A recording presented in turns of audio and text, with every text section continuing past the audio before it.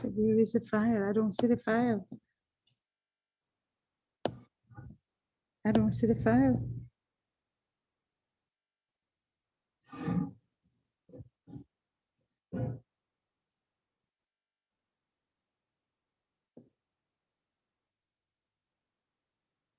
Where is the file?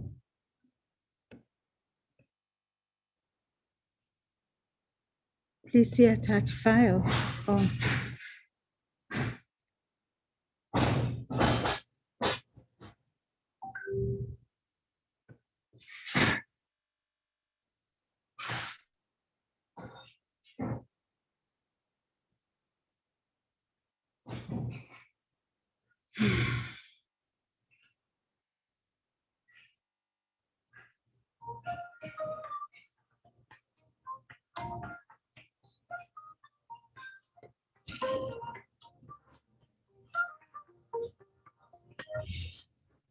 Hi, Gary. I get this file that's opened up on Google Drive.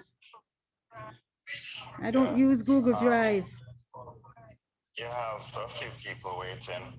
I see a file that I need to open on Google Drive, and I don't use Google Drive. For what? You want me to? No, I don't want. I want to be able to put it in queue. Yeah, you want me to download, get the file and send it to you? I don't want it in my. I want it in Google. I don't want it in Google Drive. I want it on computer. Okay, so just download it. It can't download like that. Why not? I have Google Drive. I can download it and WhatsApp it to you. Is it a large file? I don't know.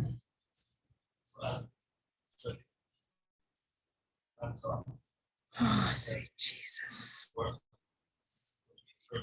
I'm going to forward it to you. gfranklin75@gmail.com.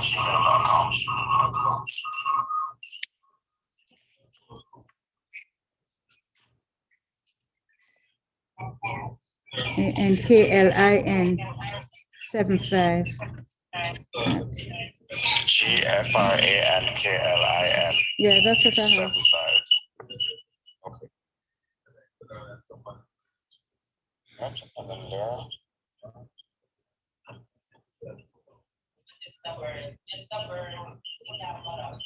Okay, right to this.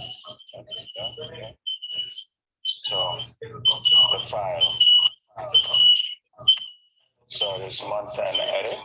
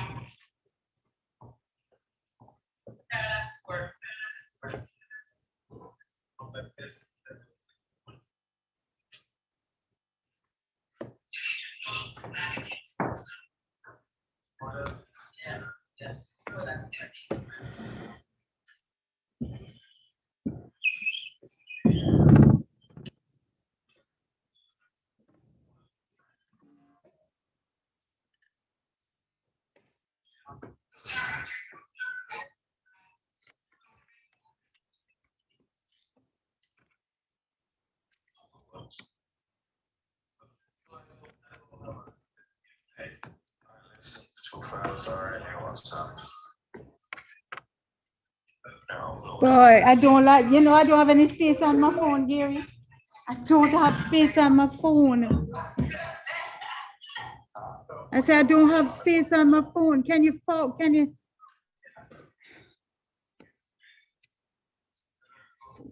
they're large. They're large. Okay, no worries. I'll send it. Because now I have to. No worries, hold on. I'm going to send it to your email. You have your email on that computer, right? Yes. Hold on.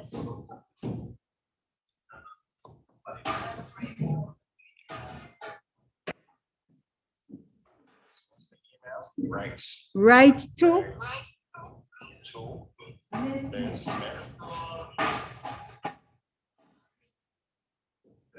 That's where. At gmail.com.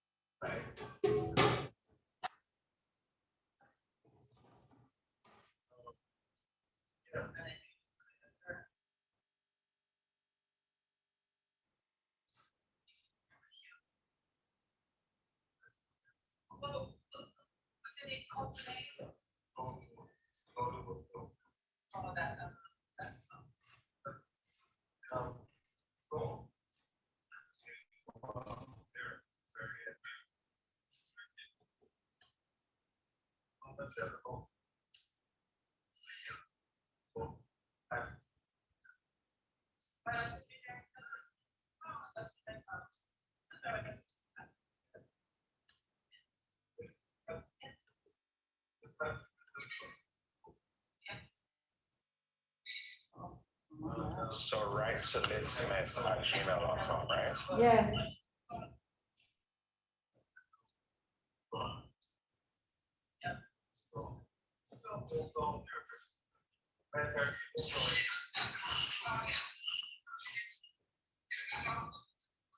That's why it's cool.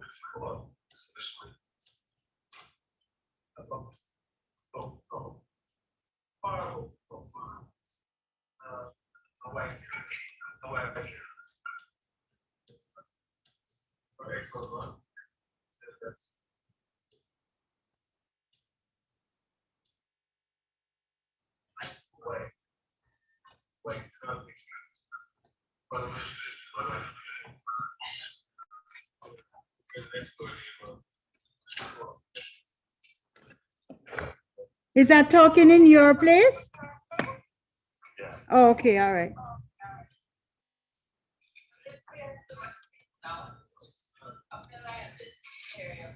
Who is that?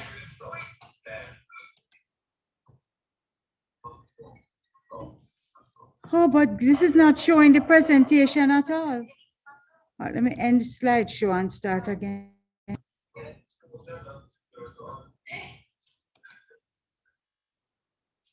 So slideshow from beginning.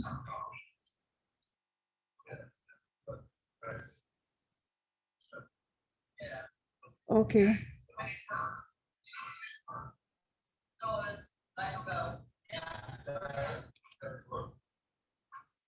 Screen. There we go, presenter. Okay, so if I do this, national anthem. You got that? So that's not what I want. So, volume. Speakers. Eternal Father, bless our land. God.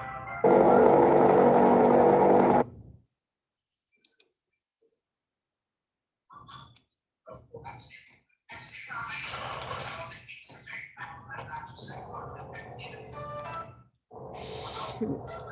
Why won't it come up on the You have to share. You have to share this share for it to come up on the speaker, the speaker here? on the screen, yes.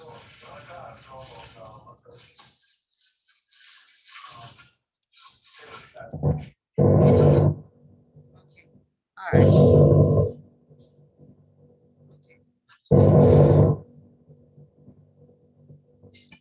Or you can just loudspeaker there. Yes, yeah. So you're not seeing it, so have to share again. You have to share. Okay, You have to share as well. all right, okay. Okay, so share. I don't need to make any changes again, right? Sorry, I don't need to make any changes again.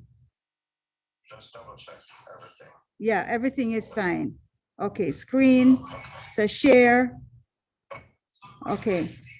Are you seeing now? Hold on a second. Let me see. Yeah. Okay, so I'm going to move across to the national song.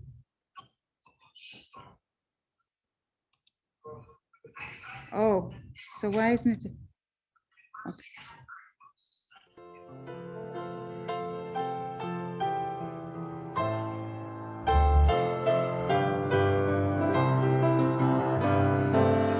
Oh, land of soft, fresh How does it look there? breezes, oh, verdant trees so fair, with I just do the NDTC one now.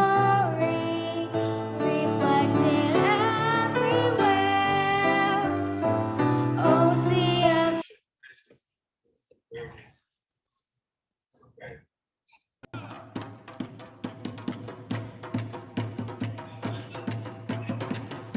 But it's dark, Gary. Huh? It's dark. On the projector. Yeah. Yes. Zoom in on the people's screen. And then the projector. And you make, and you rotate the room on it.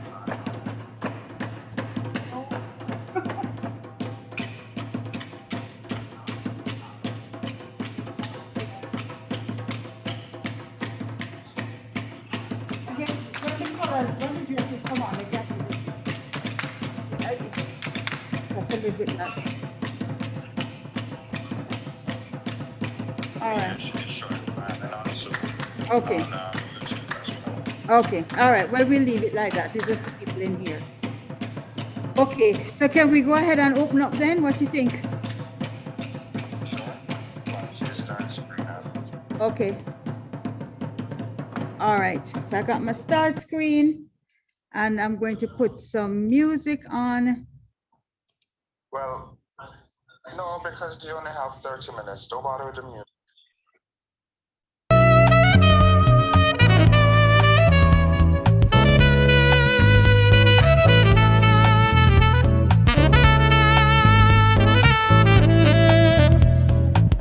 Hold on now.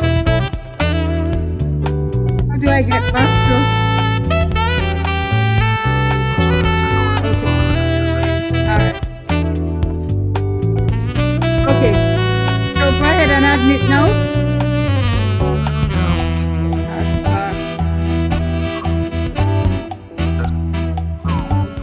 What? Yeah. I don't see that. Oh, okay. All right. So go to participants. Just attach it to view. View. I don't see view.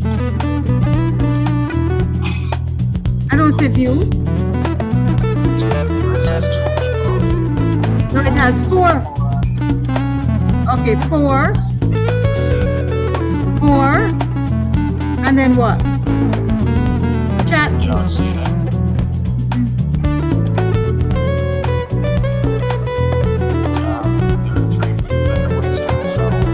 Yeah, but I don't have it. You see, I don't have it. No, I don't have that access.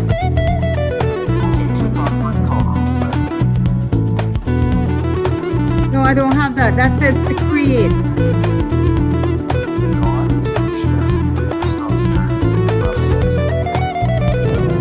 Okay, I have view. And admit all. Liz, Huh? I'm not saying no lie. That music is distracting. That's just because we're trying to organize something. Yeah, but do we really need it? Yes, No. yes. Because when you go it somewhere and you walk in and you sit down, you have music in the background. Yes. It's distracting. Well, turn it down or you mute it. No, I'm hearing it through. It's my computer is totally muted. I'm hearing Okay. it through your WhatsApp. Well, you soon stop talking to me. All right. So what do? I have to stop sharing every time I'm going to admit somebody? Yes. Oh no, that's ridiculous. Yeah, All right. Well, you're going to have to admit people when they're coming late and all of that. So I might as well just go in and open up the waiting room then. yeah. Okay.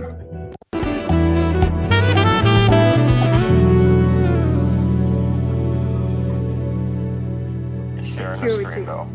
I'm sharing the screen now, yes. So, share, enable, wait, I'll take off the enable. Yeah, disable that.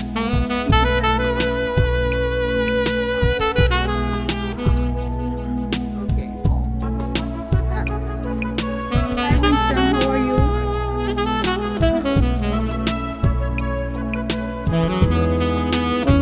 Is this distracting you? Thank you very much. Some people don't like it. It distracts them.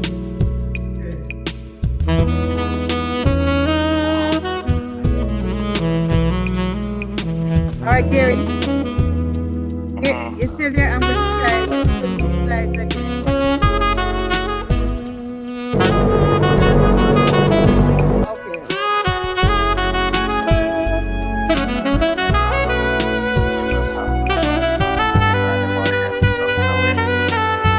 Well, I took off the wait. I took off the waiting.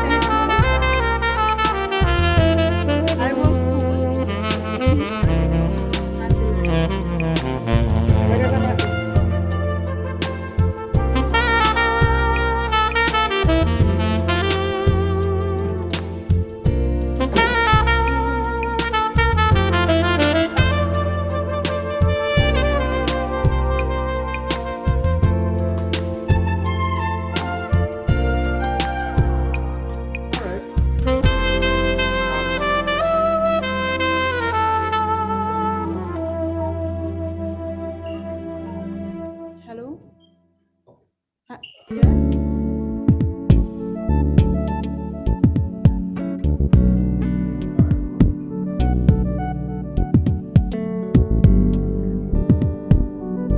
all right.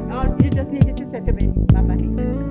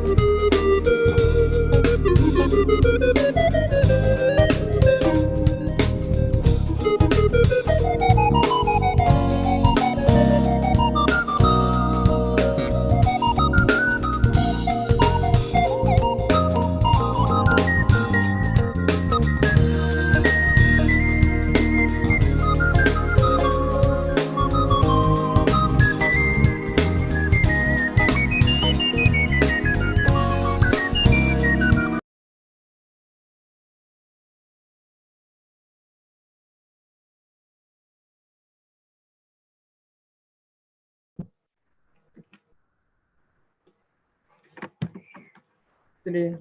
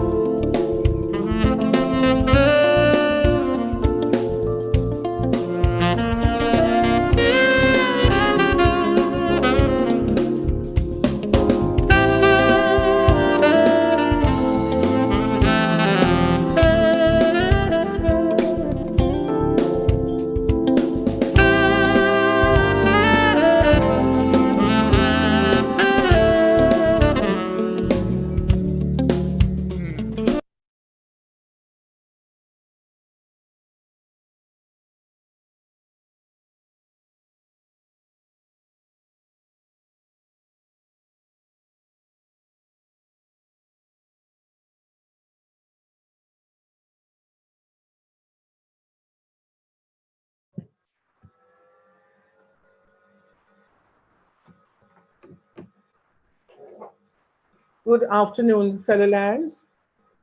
It is indeed my pleasure to be with you this afternoon. Welcome to the second Region 4 meeting. Today is Saturday, the 27th of February, 2021. It is now 2 p.m. Jamaican time and 3 p.m. Eastern Caribbean time. This meeting is now called to order. Please stand for the national anthems of the Cayman Islands and the national anthem of Jamaica. Thank you. Please stand.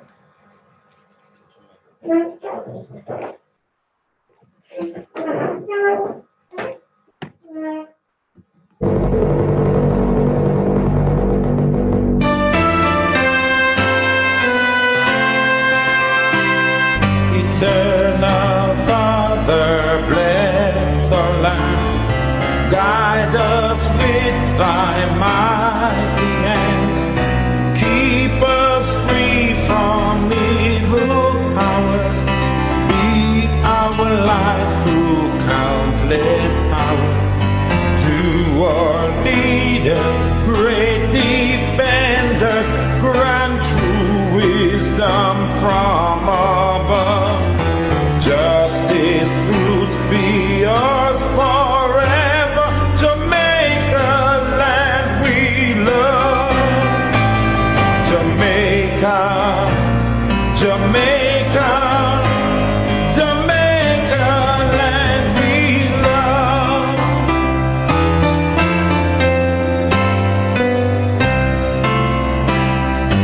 Teach us true respect for all. Stir response to duty's call. Strengthen us the weak to cherish. Give us visions lest we perish. Knowledge sent us, Heavenly Father, grant true wisdom from above. Justice, truth be ours forever. Jamaica, land we love. Jamaica, Jamaica, Jamaica, land we love.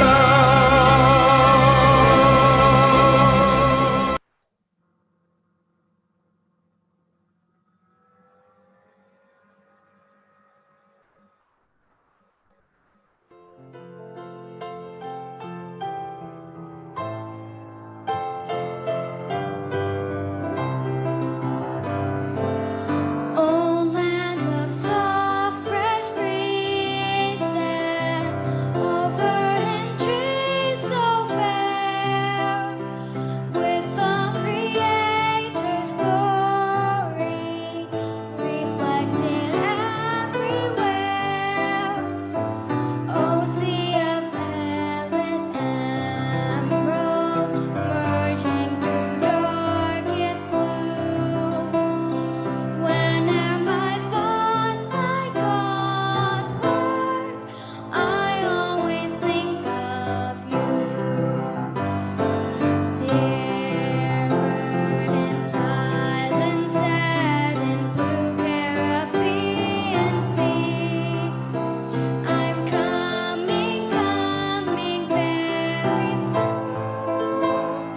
All beauty's down to thee. Although I wander far, my heart enshines thee in. Homeland fair Cayman Isle, I cannot thee forget.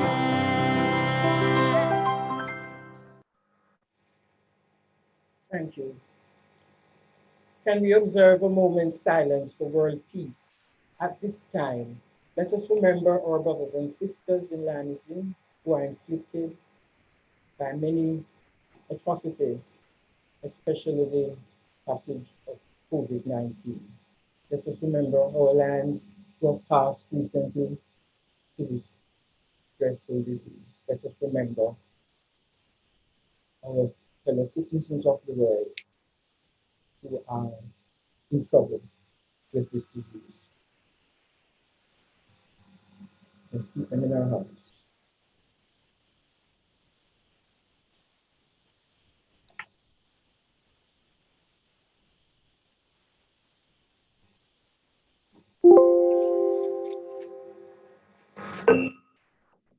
Thank you. We will now have invocation. Lion Winston Hale, Melvin Jones Fellow, member of the Lions Club, Grand Cayman. Please remain upstanding.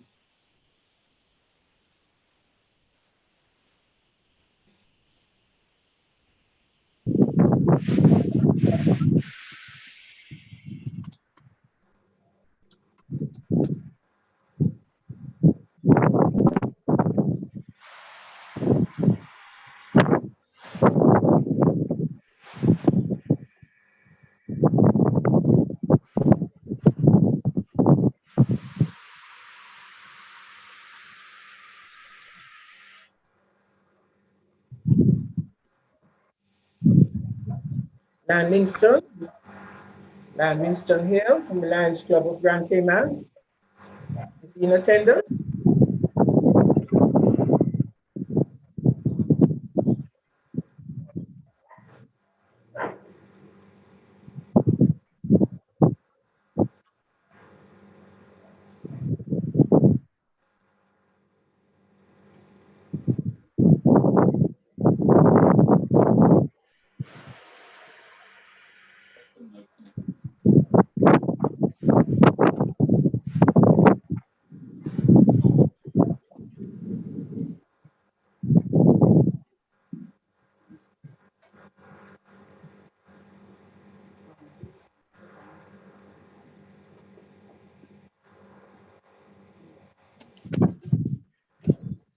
Are we having a challenge with Lion Winston? Yes, can you hear me now? No, just hearing you now. Thank you. Okay, well, I invite you all to bow your heads. Gracious God and Father, giver of life and all good gifts, we thank thee for enabling us to assemble in this fashion, to discuss and deliberate ways of furthering our mission, to fellowship one with another. So we pause in the stillness of this moment to reflect on your goodness towards us and to thank you for the opportunity afforded through this great movement to positively impact the lives of others. We thank you for the life of our founder, Melvin.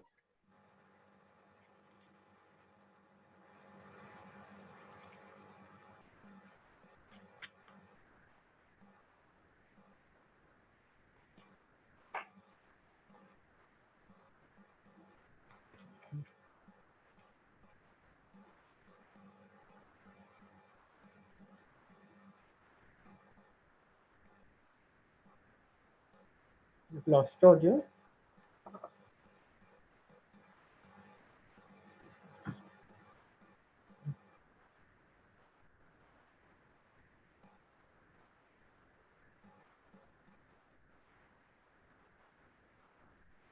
Now that your blessings be bestowed on our region, help us all to endeavor to give of our best while we strive to serve with confidence. Grant us the will and the desire to labor and not be weary, to serve and not count the cost. Bless now the region chair, zone chairs, presidents, and all those who direct the affairs of the region. And Father, I commit the proceedings of this meeting in your hands. Grace us with your divine presence, I pray.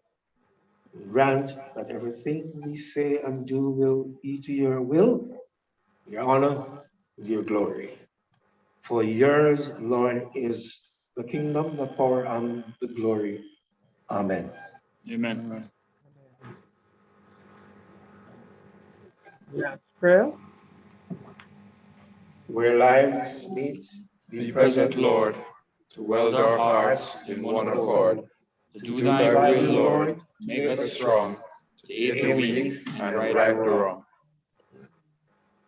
Thank you so very much. You may all be seated. Welcome in housekeeping matters. Landine Dalton James Brown, First Vice President, Cayman Brac. Landine Dalton.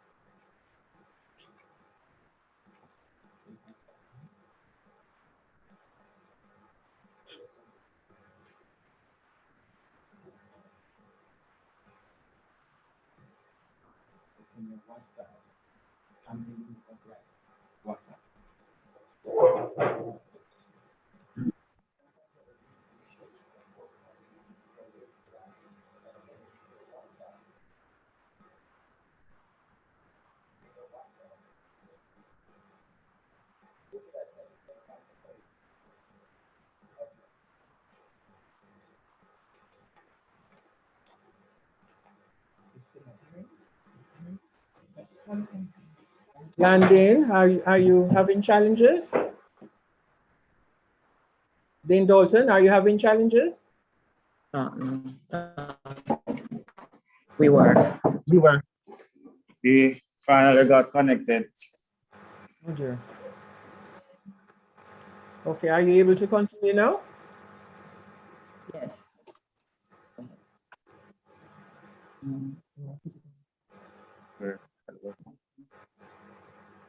We're at the welcome.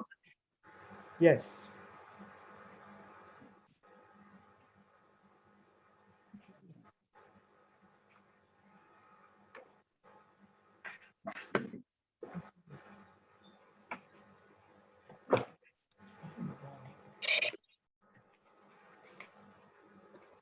Okay. It's happening just the best of regulated homes. All right, finally. Welcome to our second Region 4 Sub-District 60B meeting. What a wonderful opportunity we have to meet and share as we all work together to serve our various community and by extension,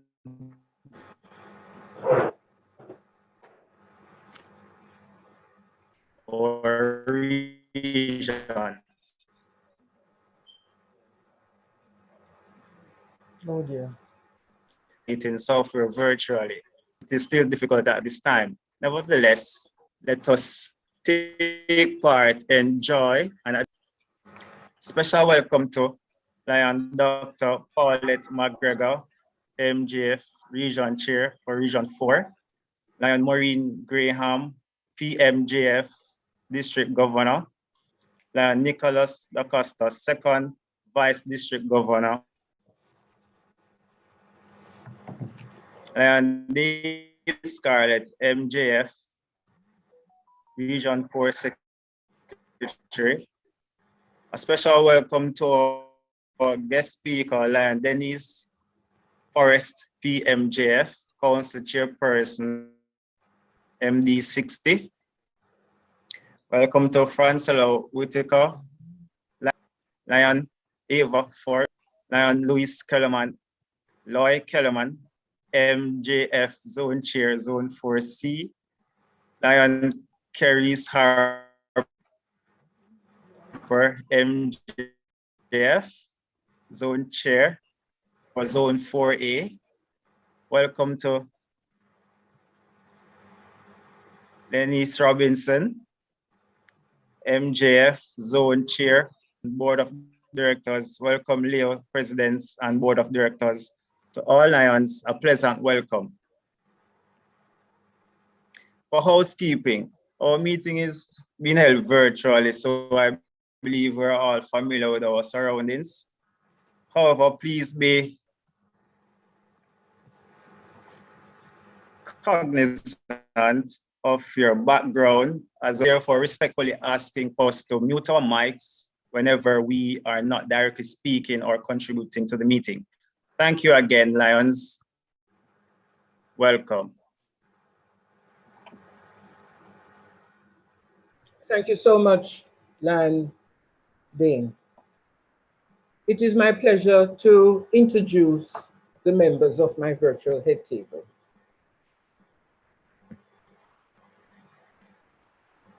Fellow Lions and Leos, I have at my head table, of course, I'm Dr. Paulette McGregor, Melvin Jones Fellow, Region Chairperson, and Chairperson for this afternoon's meeting. Lion Dave Scarlett, Melvin Jones Fellow, he's a Regional Secretary. Lion Keris Harper, Melvin Jones Fellow, Zone 4A Chairperson. Lion Elaine Robinson, Melvin Jones Fellow, 4B Chairperson. Lion Lloyd Kellyman, Melvin Jones Fellow, Zone 4C Chairperson. Lion Francella Whitaker, Melvin Jones Fellow, Region 1 Chairperson. Lion Dikonos Costa, 2nd Vice District Governor. Lion Claudia Boncampa, Progressive Melvin Jones Fellow, 1st Vice District Governor. Lion Cy Francis, Melvin Jones Fellow, Cabinet Secretary Treasurer. Lion Valerie Buckle, Melvin Jones Fellow, Council Secretary Treasurer, Multiple District 60. Lion Maureen Graham, Progressive Melvin Jones Fellow, District Governor 60B. Lion Denise Forrest, Progressive Melvin Jones Fellow, Chairman, Council of Governors, Multiple District 60. I also have in my audience and in attendance, Multiple District Coordinator, Lion Ina Nosworthy Cohen, Progressive Melvin Jones Fellow, Multiple District, Lion LCIF Chairperson, Lion Peaches McMasters, Progressive Melvin Jones Fellow, District LCIF Chairperson, Lion Marilyn Anderson, New Voices Coordinator, Lion Dr. Blossom Anglin Brown, Progressive Melvin Jones Fellow, Global Services Team Coordinator. And I have some past district governors in the House. Lion Anthony Smatt, Progressive Melvin Jones Fellow, Lion June McCarthy, Melvin Jones Fellow, Lion Errol Lee, Melvin Jones Fellow. We also have our past council chairman, Lion Carl Francis, Progressive Melvin Jones Fellow, life member. Lion Lyndell Smith, Melvin Jones Fellow. Lion John Ebanks, Progressive Melvin Jones Fellow. Lion Isaac McCullough, Progressive Melvin Jones Fellow. It is my distinct honor also to mention the other distinguished officers in the audience, our Lear officers, club presidents, secretaries, treasurers, prospective Lions, Lears, friends, and all the numbers in your contingent. A very pleasant good afternoon to you all. I must also specially recognize the Progressive Melvin Jones Fellows and the Lions and the Melvin Jones Fellows in the House. It is indeed my pleasure to welcome you all and to introduce you all. And as we continue with our agenda, we will now look at the minutes of the last region meeting. Please look at your minutes. They were already sent out, so I'm going to ask if you will allow us to move a motion to take these minutes. Lion Region Chair, I move a motion that the minutes be taken as read. Lion Lane, Zone 4B Chair. Thank you so much, Lion Lane. And do I have a seconder?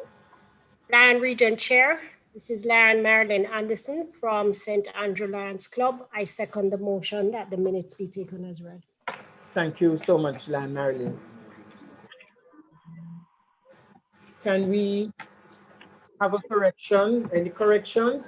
Having looked through the minutes, these are copious minutes, all of several pages, and I want to, having looked through it, I haven't found anything that and know that you have looked at it. Are there any corrections? I'm going to go page 1. Any corrections to page 1? Page 2?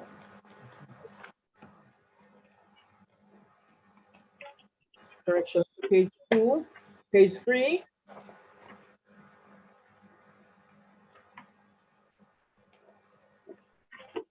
Correction for page 3, page 4.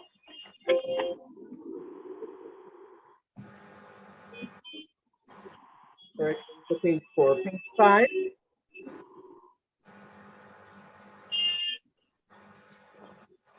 Correction for page 5, page 6.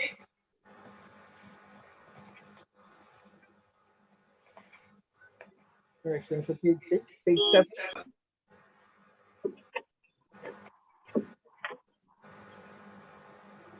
Page 8. Correction for page 8. Page 8, page 9.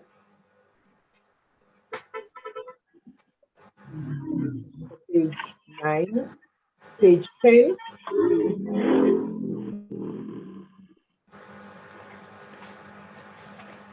Page 11, corrections for page 11. Corrections for page 11. Page 12 would have the persons who were in attendance at the last meeting. If by chance you were in attendance and you're not seeing your name, please let us know. Just put this in the chat and we have it corrected.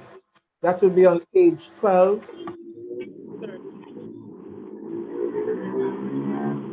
13. If there are no corrections, I thank you. We seem to have perfect minutes. Thank you. Can I have a motion for the confirmation of the minutes? Land Region Chair, I'm Lan Keris Harper, and I move a motion for the confirmation of the minutes. Thank you, Lan Keris. Is there a seconder?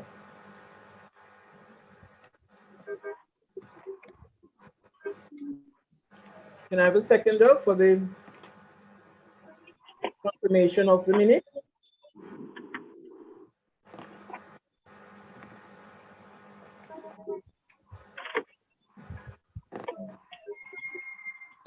Land Region Chair, I'm Sharon Winter Smith, and I second the motion. Thank you so much, Lan Sharon. I must apologize. I am going to ask you to be upstanding for the reading of the Code of Ethics. Lan Philip Lane, Melvin Jones Fellow, Second Vice President from Tropical Gardens.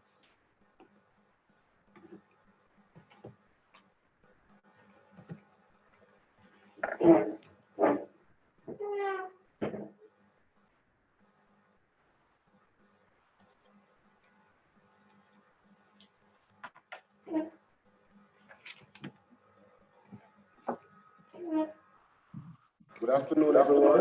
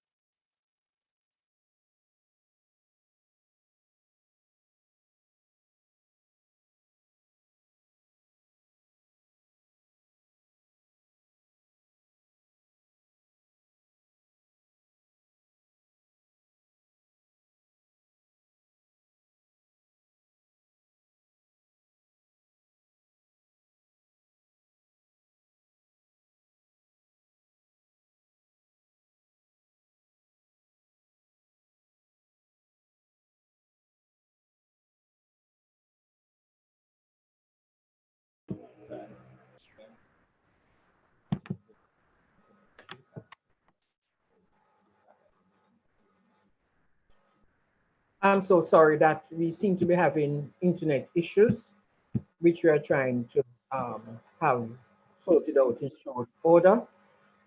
But with all the checks and balances, these things do happen. My sincere apologies. Land Region Chair, I think we have some.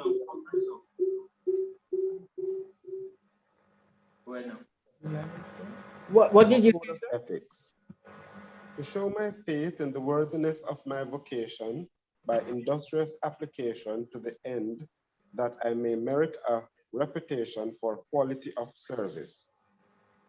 To seek success and to demand all fair remuneration or profit as my just due, but to accept no profit or success at the price of my own self-respect lost because of unfair advantage taken or because of questionable acts on my part.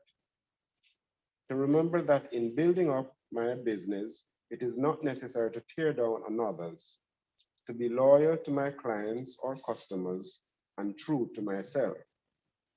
Whenever a doubt arises as to the right or ethics of my position or action towards others, to resolve such doubt against myself, to hold friendship as an end and not a means, to hold that true friendship exists not on account of the service performed by one to another, but that true friendship demands nothing but accepts service in the spirit which it was given.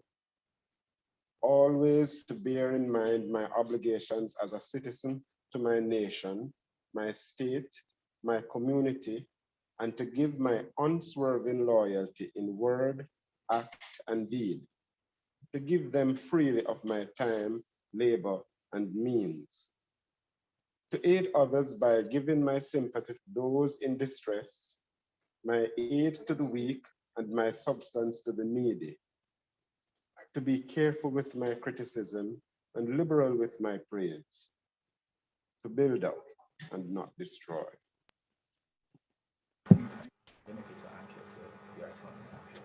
Thank you so much, Lan Philip. Lan Philip Lang, Melvin Jones Fellow, Second Vice President, Tropical Gardens Club. My appreciation.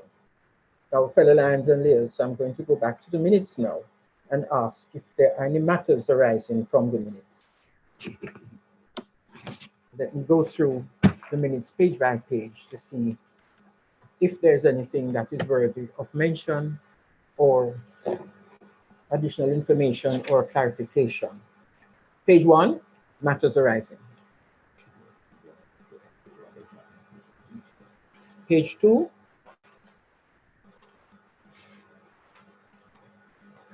page 3,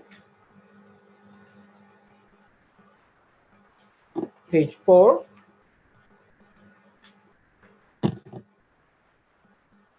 page 5, page 6,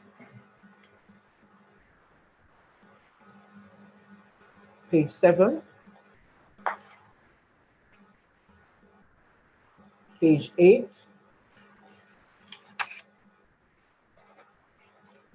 page 9, page 10, page 11. If there are no matters arising, thank you, we will move on. Our Leo Club pledge. Leo John Gale, President of the Cayman Brac Leo Club.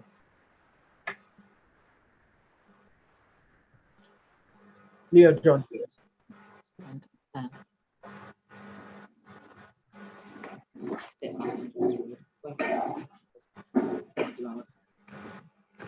I pledge my heart, extended and open to those in need.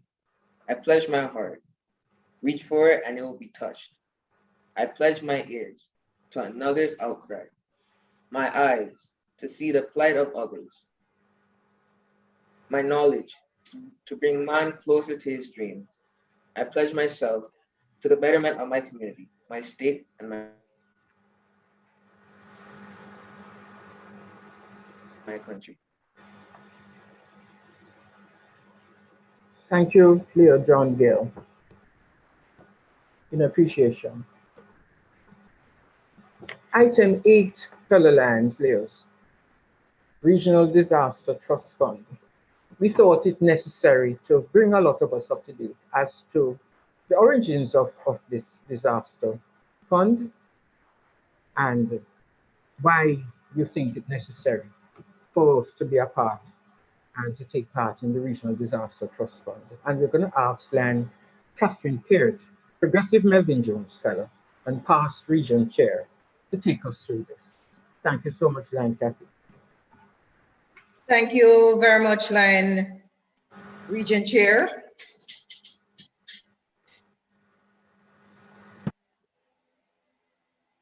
Lion Region Chair, Lion Dr. Paulette McGregor, Melvin Jones Fellow, other distinguished Lions in the virtual audience, guests, layers, my fellow Lions. Good afternoon. Are you hearing me, Lion Region Chair? Hello? Yes, Kathy, I'm hearing you quite well. Thank you. Okay, great, great, great.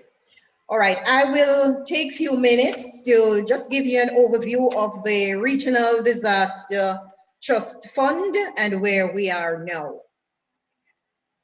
Not the slide.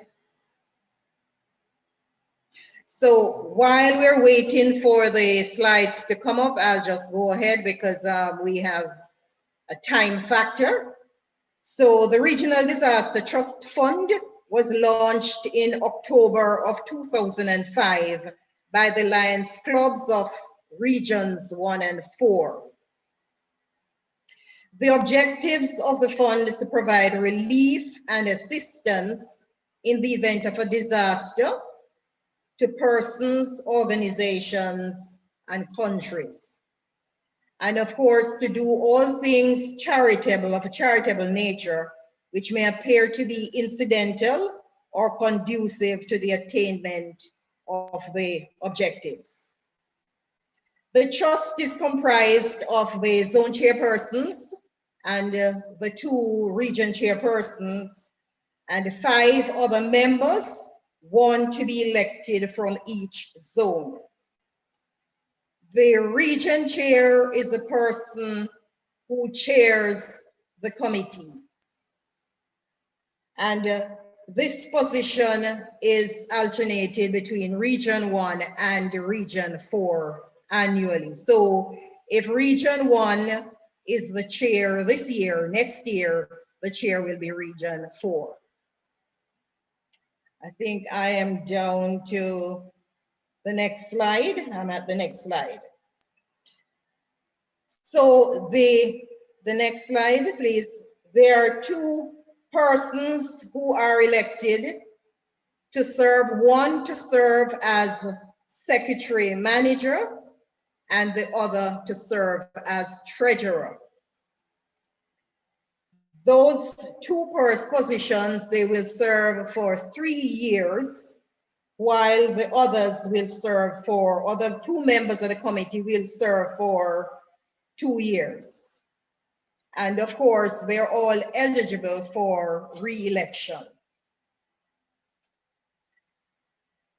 Next slide. The meetings are to be held 3 times per year.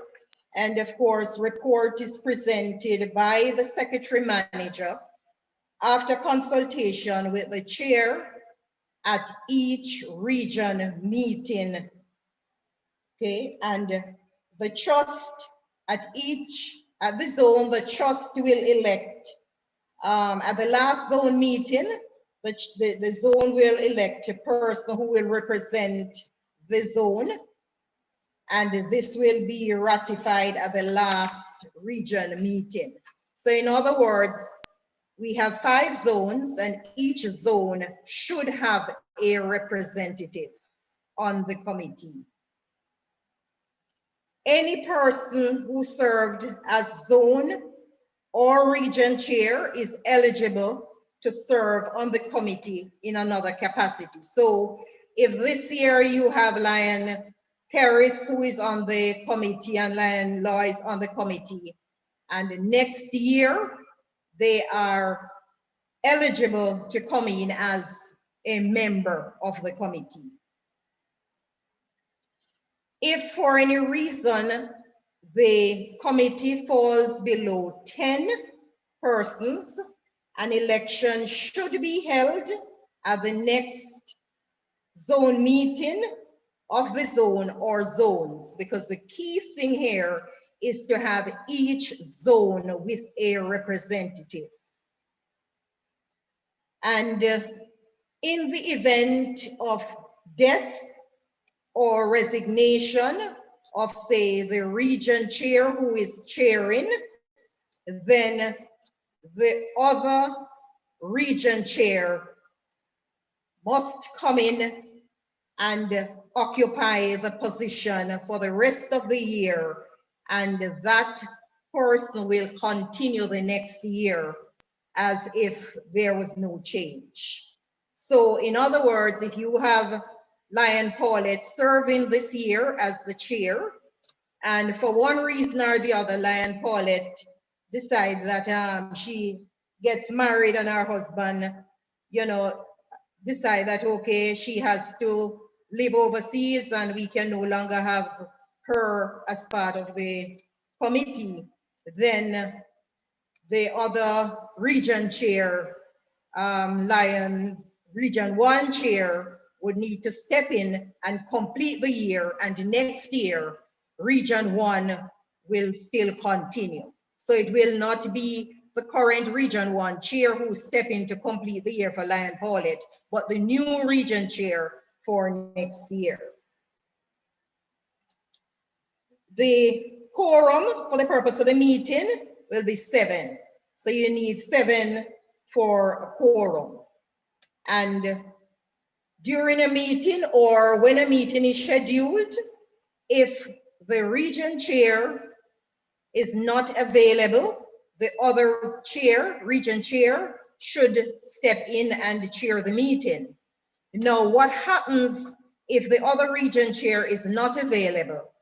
Then a decision needs to be taken by the committee to identify someone to chair the meeting. Where we are now, we have, in the fund, we have approximately $1.2 million, and the funds are held at Sagicor Bank. I think there's a small amount in a checking account and some on deposit.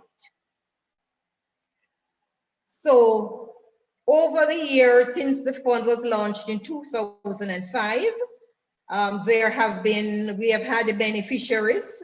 I recall that we had 2 major contributions made to Jamaica Red Cross after Hurricane Ivan. And I think it was during Lion Camille Buckham Prince's year as region chair. An amount was donated to the Anoto Bay Hospital to effect repairs to its incinerator area because the area was damaged. The next slide, I think I'm 2 slides ahead. The next slide is contributions and donations. So contributions to the fund is by way of our members. So the contribution is 120 Jamaican dollars per member per annum.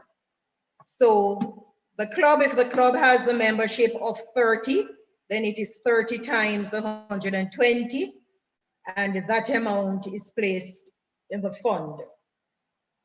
Other donations, which we have not really received any other donations since the fund was launched, but certainly other donations, we can accept other donations where probably if somebody might decide that, okay, I'm going to leave X amount in their will, or might want to say, okay, I'm going to make a contribution of so much per annum to the fund, or we can have fundraisers, you know, in order to top up the fund, because as you will recognize, $120 per member, and this money comes from the activities account, is a drop in the bucket. In terms of investment, funds based on the trust document, the funds can be invested to purchase stocks, bonds, and what I would call low risk investments. And that is the decision of the committee as they see fit. Now, how do clubs send in requests, or how do clubs, you know, how do they send in probably a proposal or so for money for the funds? So any Lions clubs in the regions 1 and 4 can apply for emergency or standard funds. And I must add, because I know that this discussion was held some time ago, to say clubs in good standing. So if a club is not contributing, then it might be a challenge for that club to come forward to request money from the fund, although it is not that they are using it for themselves, but it's going to the public. Emergency grants. So emergency grants, an application for emergency grants can be made in writing or by telephone, or we have other medium, emails, or we say, you know, a representative from the club can have a one-on-one with the secretary manager, because it's an emergency and sometimes, you know, we don't really have the time to write, and there are persons who don't like to write. So a decision can be taken. Emergency grants are limited to $50,000, and that is something that will seriously have to be looked at, because $50,000 is a mere 300 and probably about less than 350 US dollars, which can't really do much. What do you say? Under no circumstances should the funds be used to provide financial assistance to any individuals or group. It should only be used in cases, and it should only be used in cases where there are no other identifiable and immediate source of funds.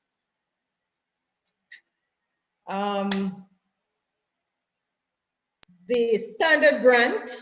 So with respect to a standard grant should not exceed, say, 10% of the total fund. And of course, that has to be accompanied by a written request stating when the disaster, although since we're in the Jamaica or the Cayman Islands, we would be aware of disasters. So the proposal is to be sent in when the disaster occurred. The proposed time for it to be undertaken, for the project to be undertaken, and you know, approximate cost. How will additional funds be raised, if any?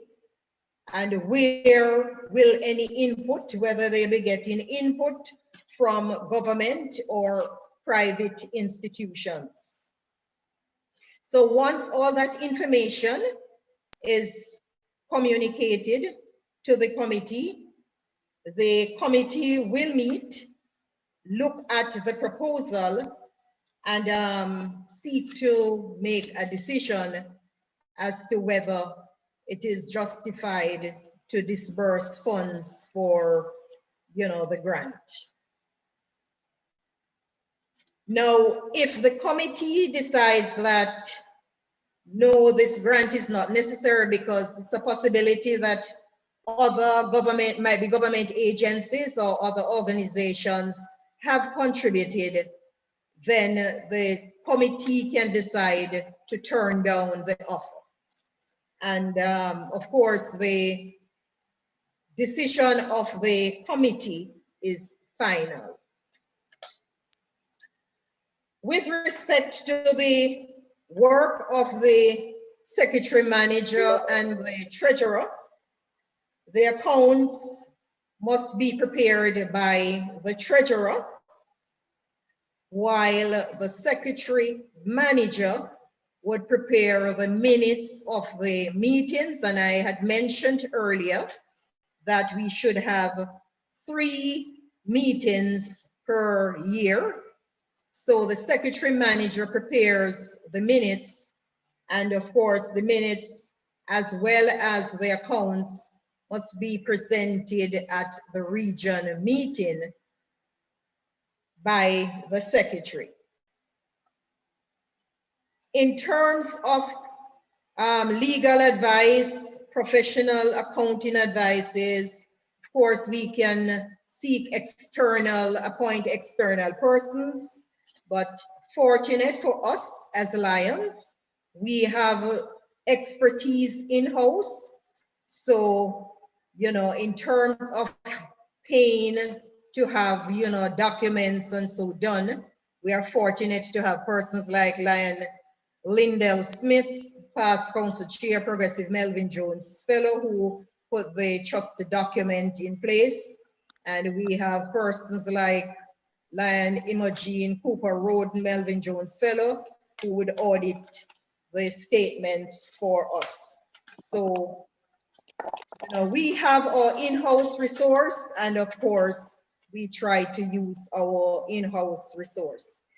So in summary, and for the time that was allotted to me, I hope I have not gone over my time, Lion Region Chair. I think I have said a whole mouthful.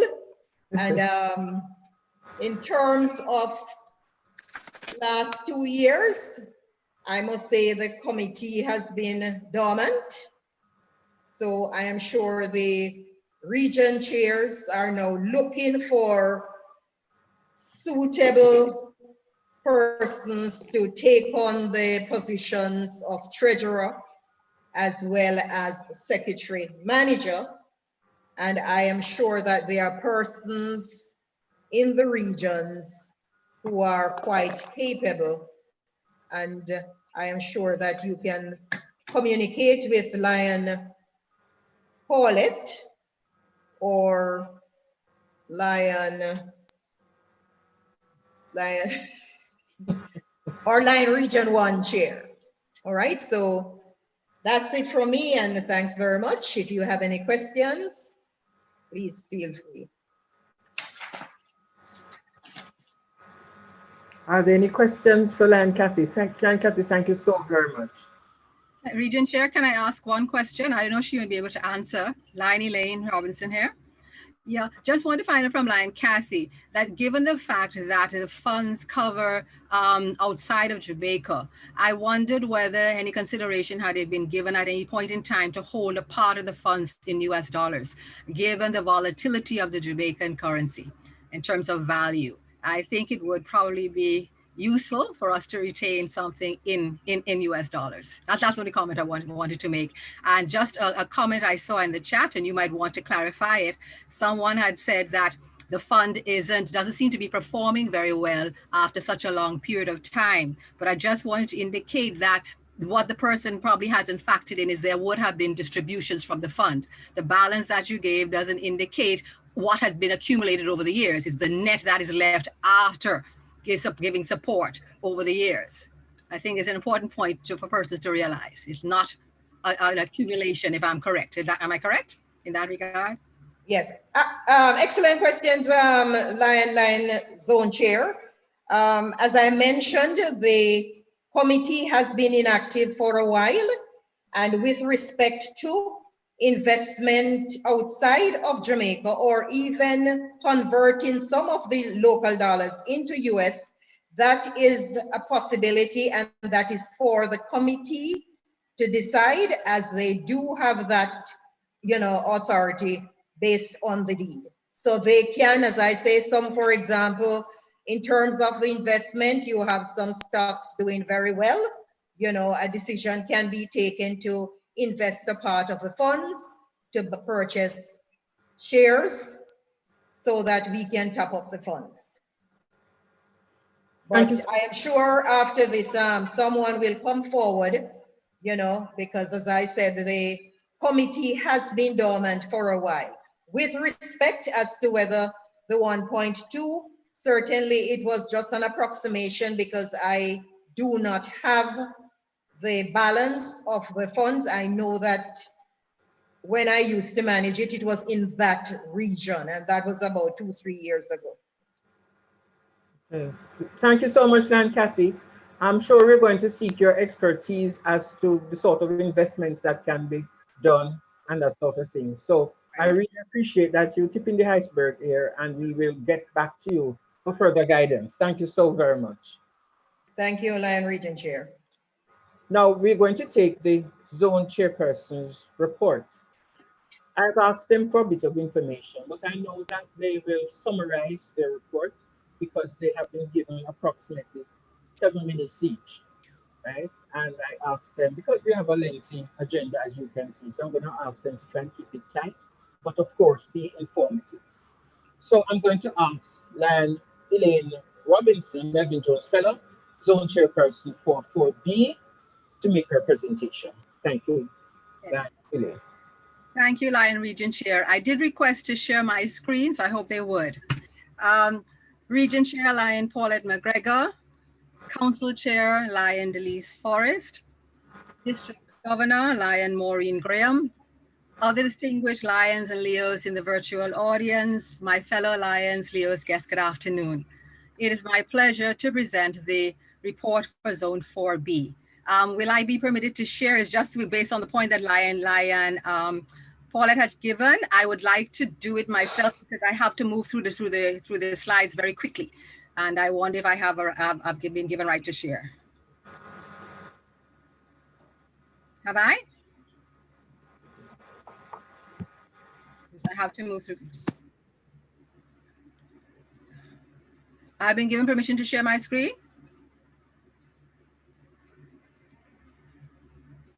Because I have to go through pretty quickly. I have a number of them and I have to move fast. So it'll be difficult for somebody to follow me. But in the interest of time, start because you have your own information there and we'll see from our coordinators can catch up with you. Okay. All right. Thank you. We've been given a number of areas on which to report. So let me move quickly in relation to those. It's going to be a little difficult because I'm not so sure where we are. That's my challenge. And that means I have to take up my own PowerPoint slides. So I would not know when they've caught up with me.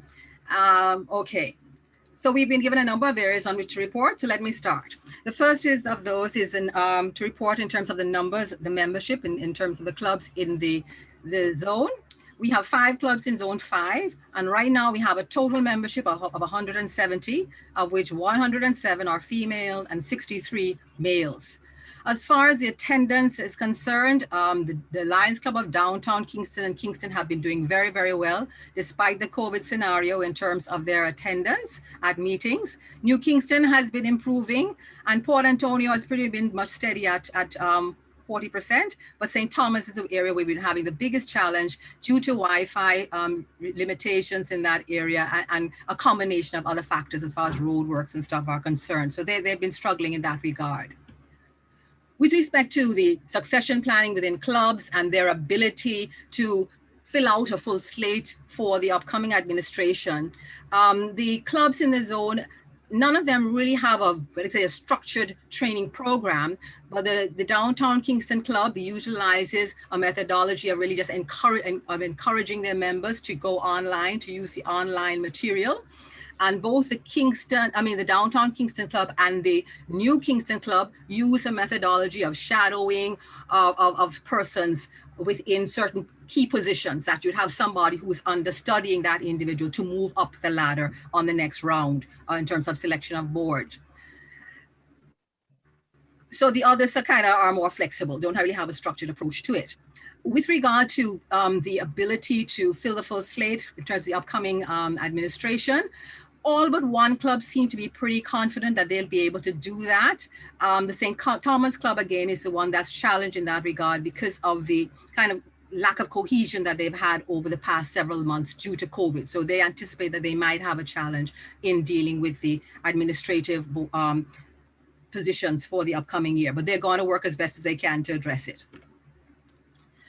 With respect to the last District Governors Advisory Committee, we had a full turnout from all 5 clubs, and we had 3 Leo clubs that participated. We had overall attendance of 64 persons, of which 55 of those comprised of Leos and Lions. Now, with regard to our payment status of those key obligations that each club has, this update is provided up to February 24th, which is Thursday gone. And you will see that the main areas of outstanding are in terms of Regional Disaster Fund and Ronnie Melbourne scholarships. Those are where we have the biggest gaps. And they've really been attributed to, in some cases, due to the not getting the invoices, and I have had to help a few of them to get them, or not knowing exactly where to direct the funding. But in my conversation with club presidents, I have been given assurances by at least 3 of them that additional payments will be made on the outstanding obligations that they have over the next few weeks. So we're expecting the situations to improve even more. So I think that they're doing reasonably well in the circumstances. Okay, with regard to our club projects, we have, I would say, I am very, very, very happy with the way that the clubs in Zone 4B have tried to remain active during this COVID era. And they have also tried to engage their Omega Leos in their projects and at various activities to the extent wherever possible. We have also had a good variety of projects encompassing both the district governor's core areas and LCI global causes. And the clubs, while they got off to a shaky start with getting their information onto MyLion, they have really, I think they've come a far way, and there's still some challenges that are occurring from time to time, but they at least have the connections now to help to work them through. So I am encouraged and hope that they will continue in that vein. So let me just give you a feel for some of the things that have been happening in Zone 4. Okay, under cancer awareness, Downtown Kingston Club, over the period of the month of October, which is Cancer Awareness Month, Breast Cancer Awareness Month, they participated in all the Pink Fridays that were there, encouraged both their family and colleagues to also participate by wearing pink. And in addition to that, they also, on their social media platform, they offered information on breast cancer and also gave guidance on how to carry out breast cancer breast self-examinations. In the area of diabetes, here again, the Downtown Club used the opportunity of World Diabetes Day to hold an online webinar entitled Nurses and Diabetes, and they had a participation of 85 persons, and it was very well attended also by key persons within the district, as you will note from my comments down below. Nelly was there, the district governor was also there. So it had very good attendance, and it also was a well-sponsored event. Also in the area of diabetes, the Downtown Kingston Club also put on their social media, they launched and put out information on diabetes, and they've had, over the past period that they were reporting, they had 1,751 views. Very good. Port Antonio also continued in its efforts in diabetes, and they held one face-to-face, a couple of face-to-face sessions on diabetes at the health center in their area, and they issued pamphlets to patients, and they also had 2 virtual presentations to 2 schools in the parish. And the St. Thomas Club, despite the COVID pandemic, they have continued to offer service through the diabetes clinic in St. Thomas. Also, our Leo Club got involved in Diabetes Month, and the Leo Club of New Kingston held 2 online fora, one on nutrition, which I participated in, and I found it very, very informative. And they also had a yoga session in terms of the health aspects towards trying to prevent diabetes or control it. On the side of vision, on World Braille Day, all clubs, well, actually the majority of clubs, may not have been quite all, the majority of clubs in Zone 4A and Zone 4B co-sponsored on World Braille Day. We sponsored 4 90-second features on Cool FM radio here in Jamaica. And those features focused on celebrity persons who are blind or visually impaired, one of them being Patrick Lafayette, a very popular disc jockey, and they spoke of their experiences with blindness. In addition, in the area of sight, we also have the Kingston Club, who was over this period also continue to do is sterling service as far as screening and fitting of glasses for persons. Parenting and youth. This has also been a very, very strong area for the clubs in Zone 4. We had the Kingston Club, who has continued with its mentoring and working with young parents at the Women's Center. And what I think in terms of the outcome of this in recent period has been the fact that a number of the young mothers who attend that center, they have passed very, very distinguishingly, I should say, in their CSEC, getting 6 and 8 subjects, a lot of them with grade 1s, and a number have moved on to be enrolled in tertiary institutions. So that's really great. We also have had clubs who have been facilitating virtual schooling. And in that, we have had the Kingston Club, who has been refurbishing computers to actually hand out to students who are in need of being able to have those in order to assist their virtual education.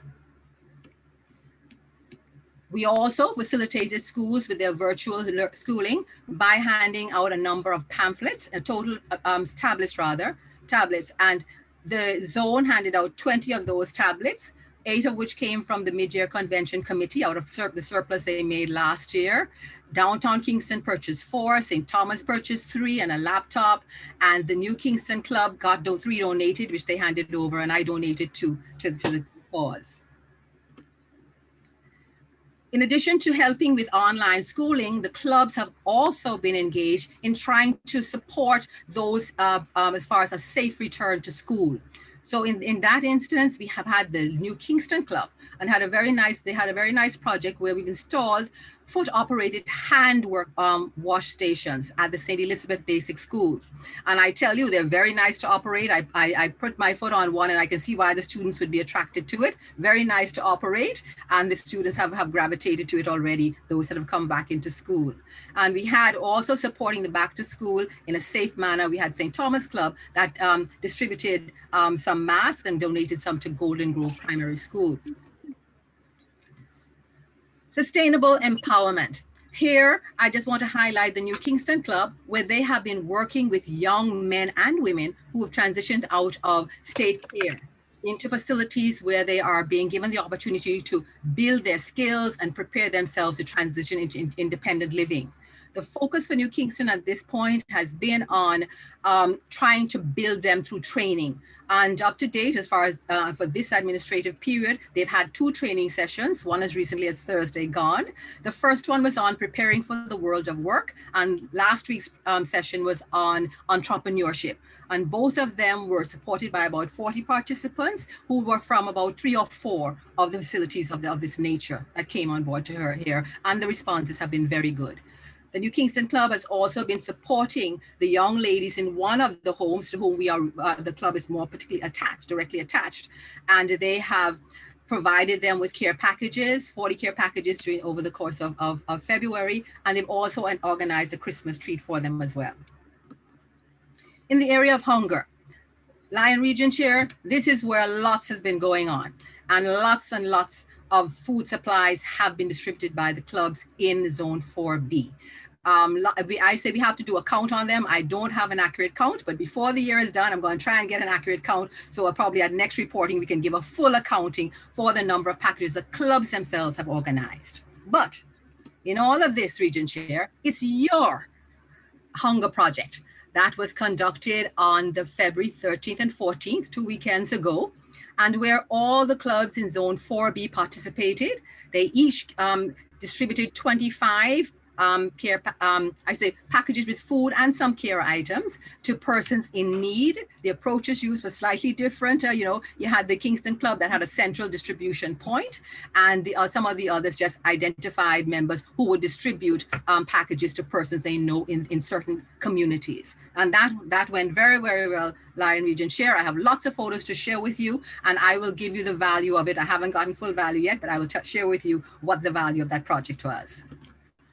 In terms of other matters, I just want to highlight a few things in relation to the zone. I want to make a couple of comments primarily about membership growth. For the clubs to date, we have had 2 clubs that have inducted 4 new members. That's Kingston and New Kingston have each inducted 4 new members. Unfortunately, Kingston lost 3, so they kind of just have a balance of 1, not lost, they deliberately canceled, separated with 3 members who were just inactive. So they really have one net for the year. And I understand that we have 5 prospects now across the zone as far as possibilities before the end of the year. With regard to our Leos, we did have a situation, let me put it this way. The Kingston Club, Omega Club has always been strong and is just getting stronger. They inducted 6 new members so far for the year. And I've been told by their Leo advisor that they have 9 prospects, which is really wonderful. So that club is really on the move as far as growth goes. The Kingston Club's Alpha Club is kind of... My time is up?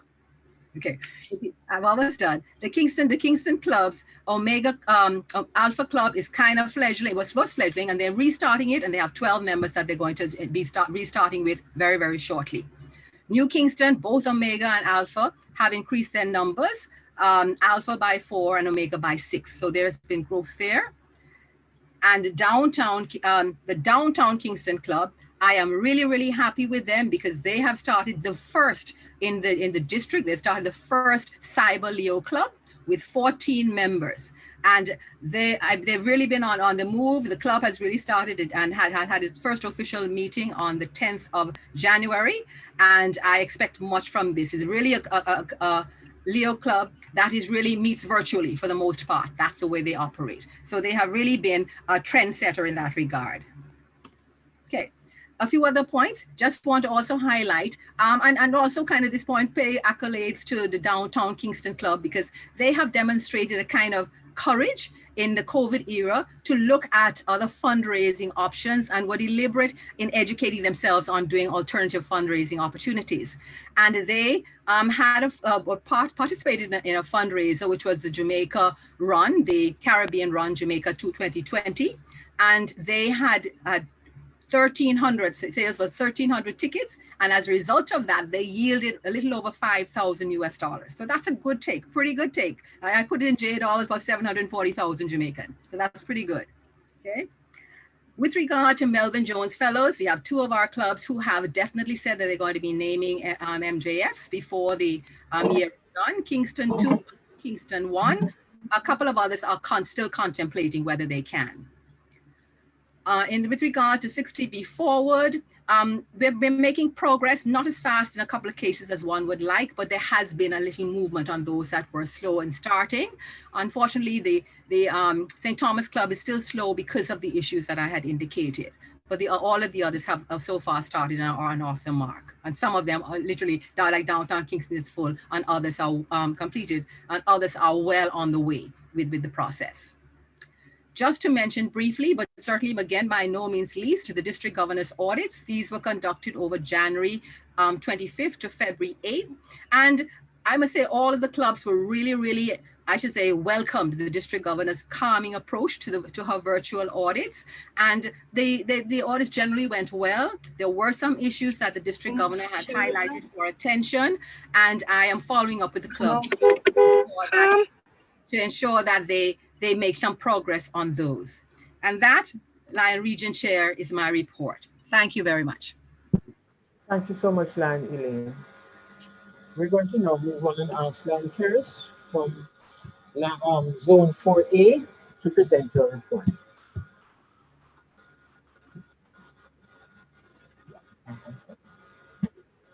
Lion Region Chair.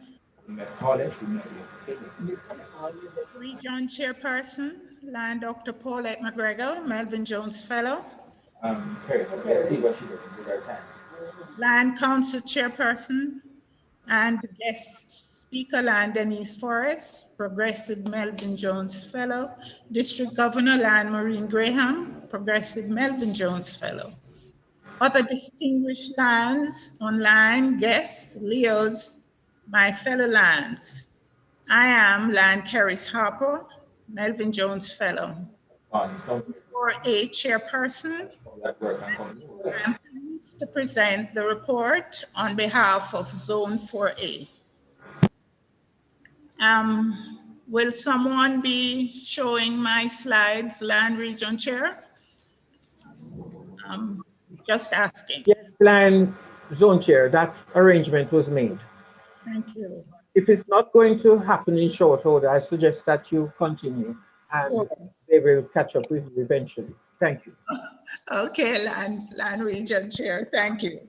Okay, we are currently in the 3rd quarter of the Lionistic year, 2020-2021. And as you, from the outline, this report or presentation will cover the following 8 areas. And the first one speaks to the number of Lions and Leos in each club. Zone 4A consists of 6 Lions clubs. the Lions Club of Mona, Portmore, St. Andrew Central, South Central St. Catherine, and Spanish Town, with a total of 198 lions. And this figure moves up from 194 with 2 Amigo Leo clubs, the Leo Club of Mona and the Leo Club of Portmore, with a total of 32 Leos, up from 28. Our percentage attendance range from 70% to a high of 89%. Some clubs have seen an improvement in their percentages thanks to virtual and online meetings. The next thing we will look at is the status of succession planning activities.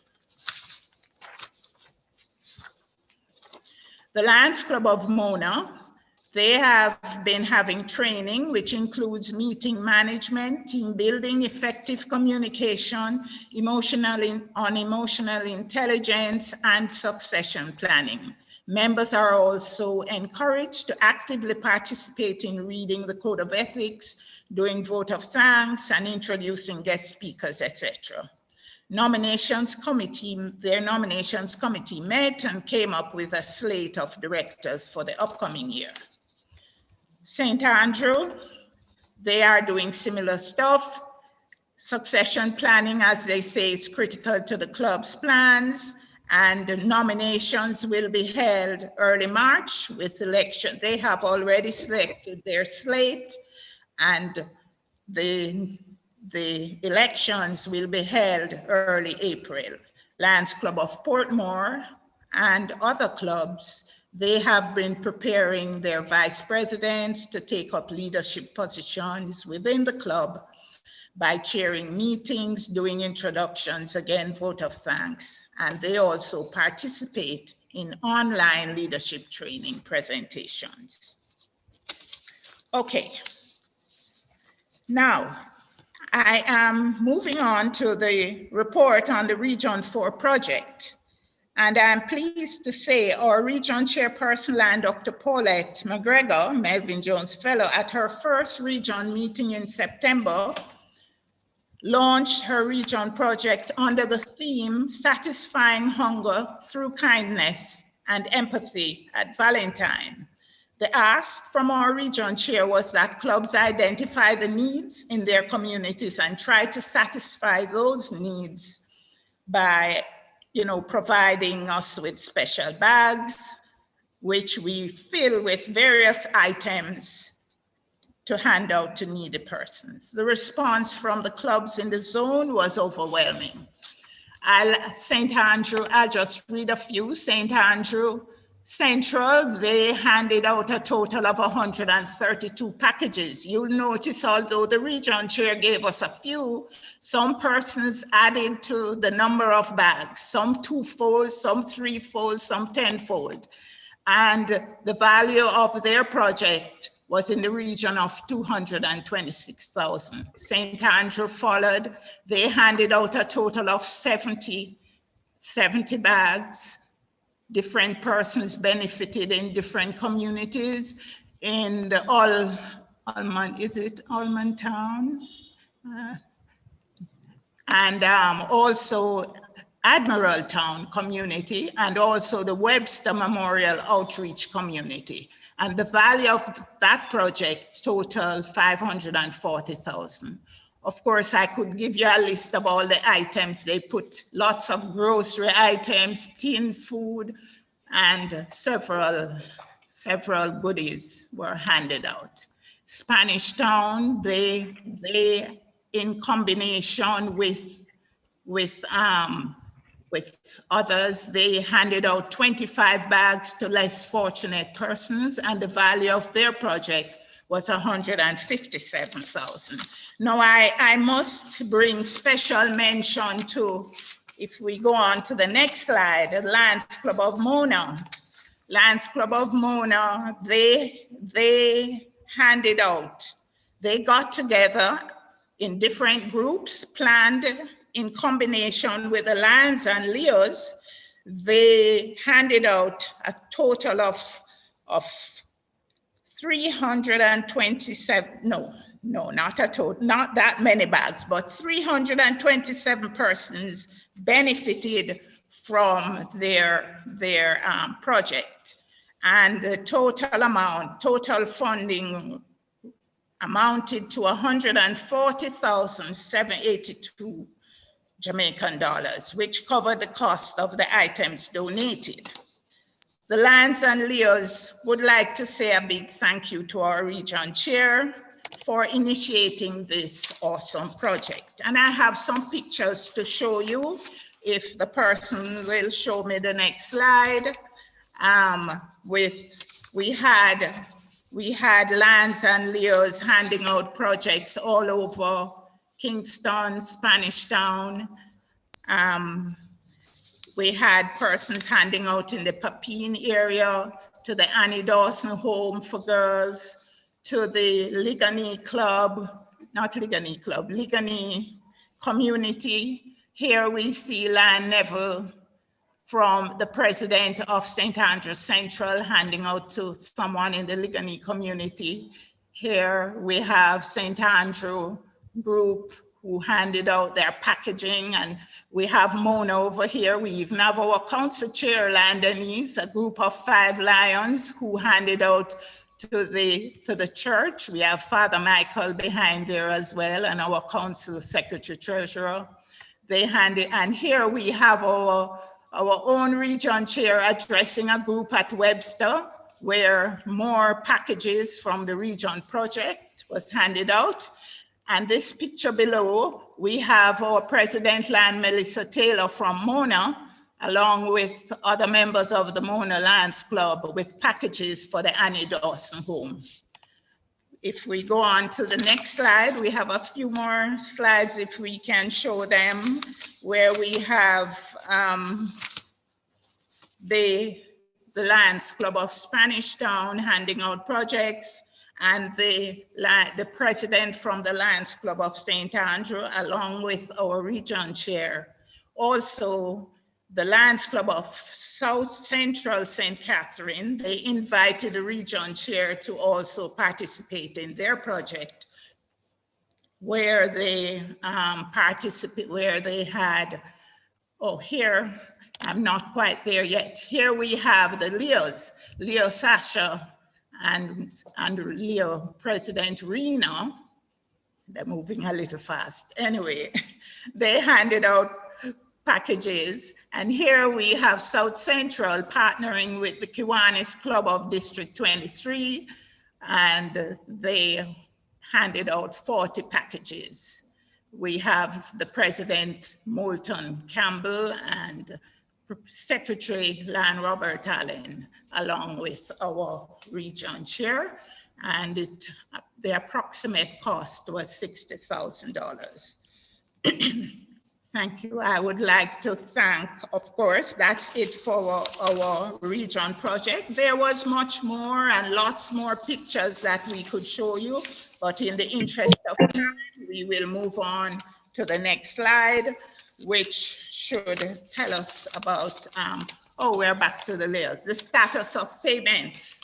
Status of payments, and I'm pleased to tell you that our clubs have paid up their international dues, and oh dear, I'm a little confused now. Okay, let me catch my breath. I am, okay.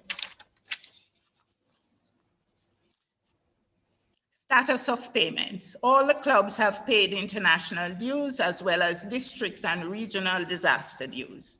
The Ronnie Melbourne funds still have 2 clubs with outstanding payments, but this will be settled as soon as possible. And we'll move on to the summary of projects, activities completed, and reported on MyLion. I am again pleased to report that all the clubs in Zone 4A have been reporting our projects and activities on MyLion.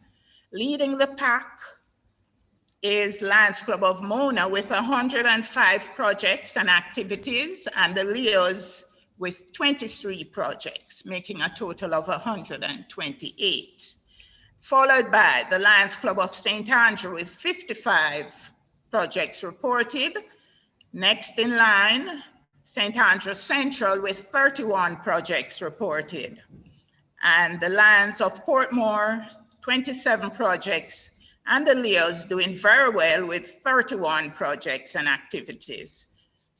I'm pleased too to show Spanish Town have 19 projects. I know they have had their own issues, but they are still doing and their projects and reporting on my land. So all the clubs in Zone 4A and South Central St. Catherine have reported a total of 16 projects.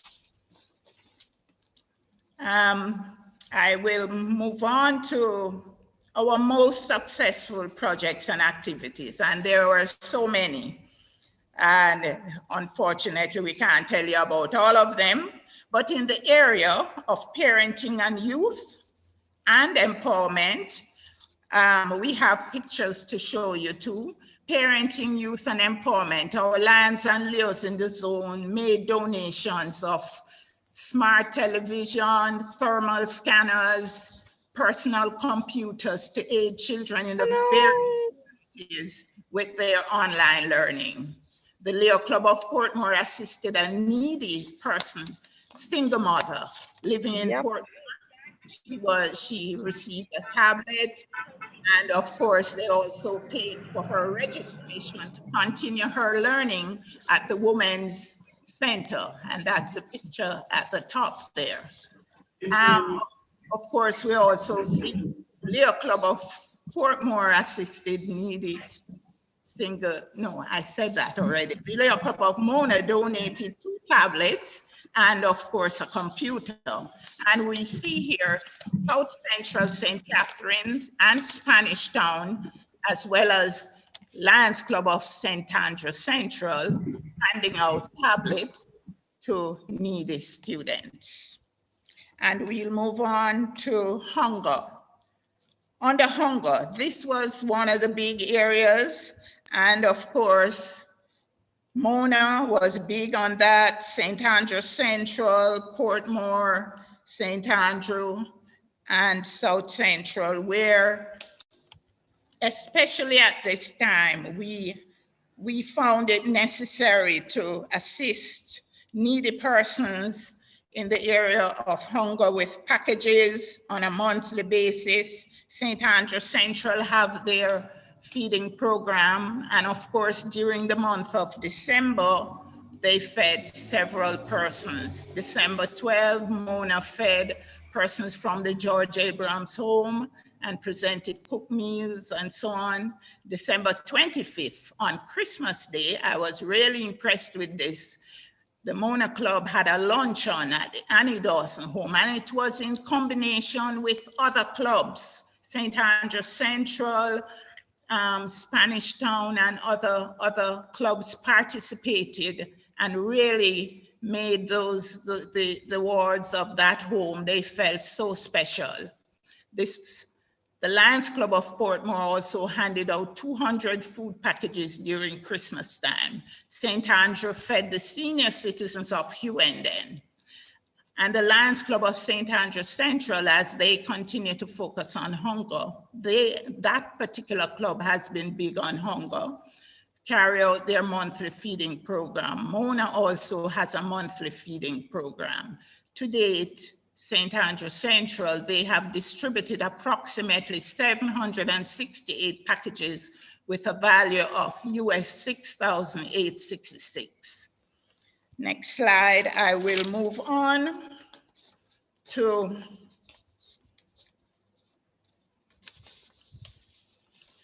environment. The Lions and Leos from all the clubs in the zone joined the Lions and Leos of Portmore on Saturday, November 28th, in a cleanup of the Half Moon Beach in Hellshire. The Team Zone 4A Lions and Leos working together, you know, we achieved so much more, and I must commend the Lions and Leos. I was so proud of them. They started early and really got together as a group, as I say, representatives from all the clubs, and they did a wonderful job. Congratulations. The next area we looked at was diabetes and the Lions Club. I know because of COVID, there wasn't much personal contact regarding diabetes, but I know all the clubs had participated in the diabetes awareness project. But I must commend the Lions Club of St. Andrew and Portmore, who had projects during Diabetes Month. There was a project carried out Saturday 14th, November 20, where 62 persons in the community of Admiral Town were tested, and they did vision screening as well during that project. Portmore, in recognition of Diabetes Awareness Month, conducted blood sugar screening on 88 persons. And I know other clubs, they had awareness talks online, and we were doing our part in every way possible to carry out the goals of the district. The next area we looked at was sustainable empowerment. Members of the Lions Club of Mona has been been doing exciting things in this area. They're planting vegetables at the Annie Dawson Home for Girls, and we have our president, Melissa, down here doing some digging, and we have Lion Keith reaping vegetables. Vegetable seedlings were also given to young farmers who produced to reap crops, some sold and the rest used at the club's monthly soup kitchen to feed needy persons in the community. The St. Andrew Central Lands also participated in the empowerment. Now, I could not conclude my presentation. Of course, there were several other activities, but I'm pleased with the new member induction. Zone 4A added a total of 12 new members between October 2020 and January 2021. Lions Club of Mona, 3 new lands, Portmore, 3 new lands, Lions Club of St. Andrew, 1 new land, the Leo Club of Portmore, 3 new Leos, Leo Club of Mona, 2 new Leos. Congratulations to the clubs, and we look forward to more additions in the coming months. Now it has been a pleasure and privilege to report on just a few of the projects and activities carried out by our Lions and Leos of Zone 4A, who continue to make a difference in the lives of needy persons in the various communities, especially at this time during the pandemic. Heartiest congratulations to everyone for the hard work, the level of commitment, the dedicated service. We continue to show love and kindness despite the challenges. Best wishes as we strive towards building a better tomorrow through kindness. And I'm a proud zone chair. Finally, Lion Region Chair, thank you for the opportunity to report on behalf of Zone 4A. And thank you for your leadership and guidance. And we just want to wish you all the best for the rest of your meeting and the rest of the year. Thank you. Thank you very much, Lan Keris, for that very special report that you presented. Indeed, very informative. For the interest of time, as you're aware, we have Region 1 is having their meeting this afternoon as well.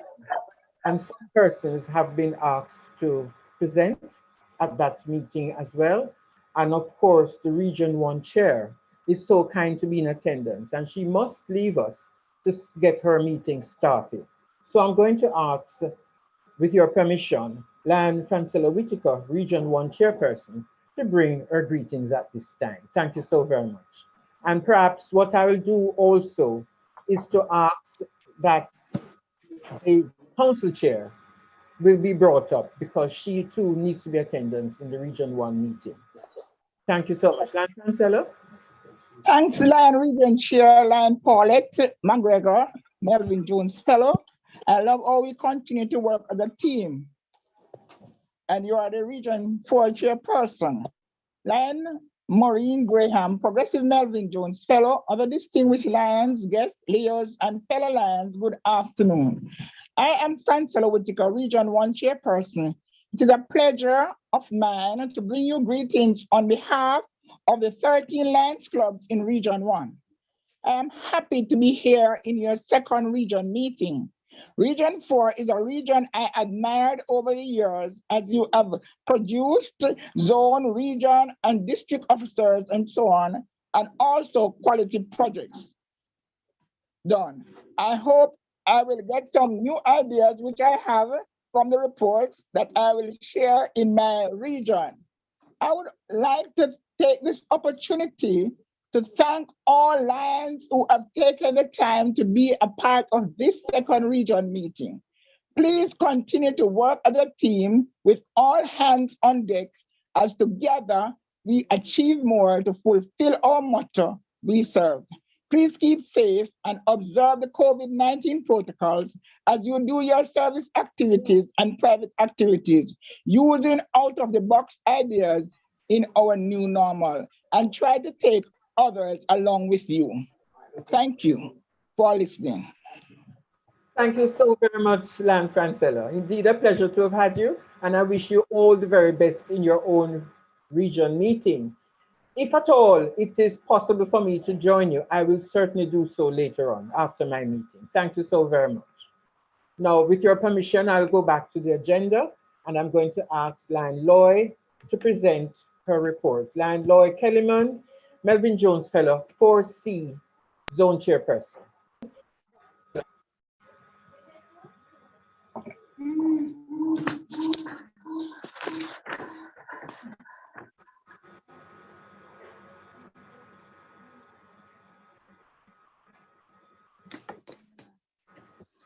Lion Region Chair, Dr. Paulette McGregor, MJF. Lion District Governor, Maureen Graham, PMJF. Lion Council Chair, Lion Denise Forrest. Other distinguished Lions in this meeting. Fellow Lions, Leos, guests, good evening. It is my pleasure to present the report for Zone 4C at today's region meeting. Zone 4C consists of 3 Lions clubs and 4 Leo clubs, with a combined membership of 184 Lions and 184 Lions and 97 Leos. Most clubs have a larger percentage of females, with the exception of the Lions Club of Grand Cayman, which was traditionally a male-only club. All clubs have been actively trying to achieve a better level of gender balance in our membership. Attendance ranges from 37% to 100%. And whilst all clubs are making every effort to increase attendance, I take this opportunity to recognize the Leo Club of Cayman Brac for their excellent attendance record of 100%. All Lions clubs in the zone have participated in the online leadership training sessions organized by the District 60B's Global Leadership Team. Additionally, there was a leadership presentation at our last zone meeting. Our nomination dates have been confirmed for the Grand Cayman and Tropical Gardens Lions clubs, and is currently being finalized for the Cayman Brac Lions Club. The fact that our Leo clubs are all school-based means that gives us a bit of challenge for our succession planning in bringing new members or looking for new members. However, they are all in various stages, which include the induction of new members, training and finalizing nomination, and selection for the incoming administration. Both UCCI and Cayman Brac clubs have initiated plans for incoming officers training for all Leo clubs in the zone. All Zone 4C Lions clubs committed to fulfilling the region's chair's vision of a region project that would meet the need of satisfying hunger. Due to lack of airlift and custom procedures resulting, the bags were cleared from customs late Friday evening and delivered to clubs in the Grand Cayman that night.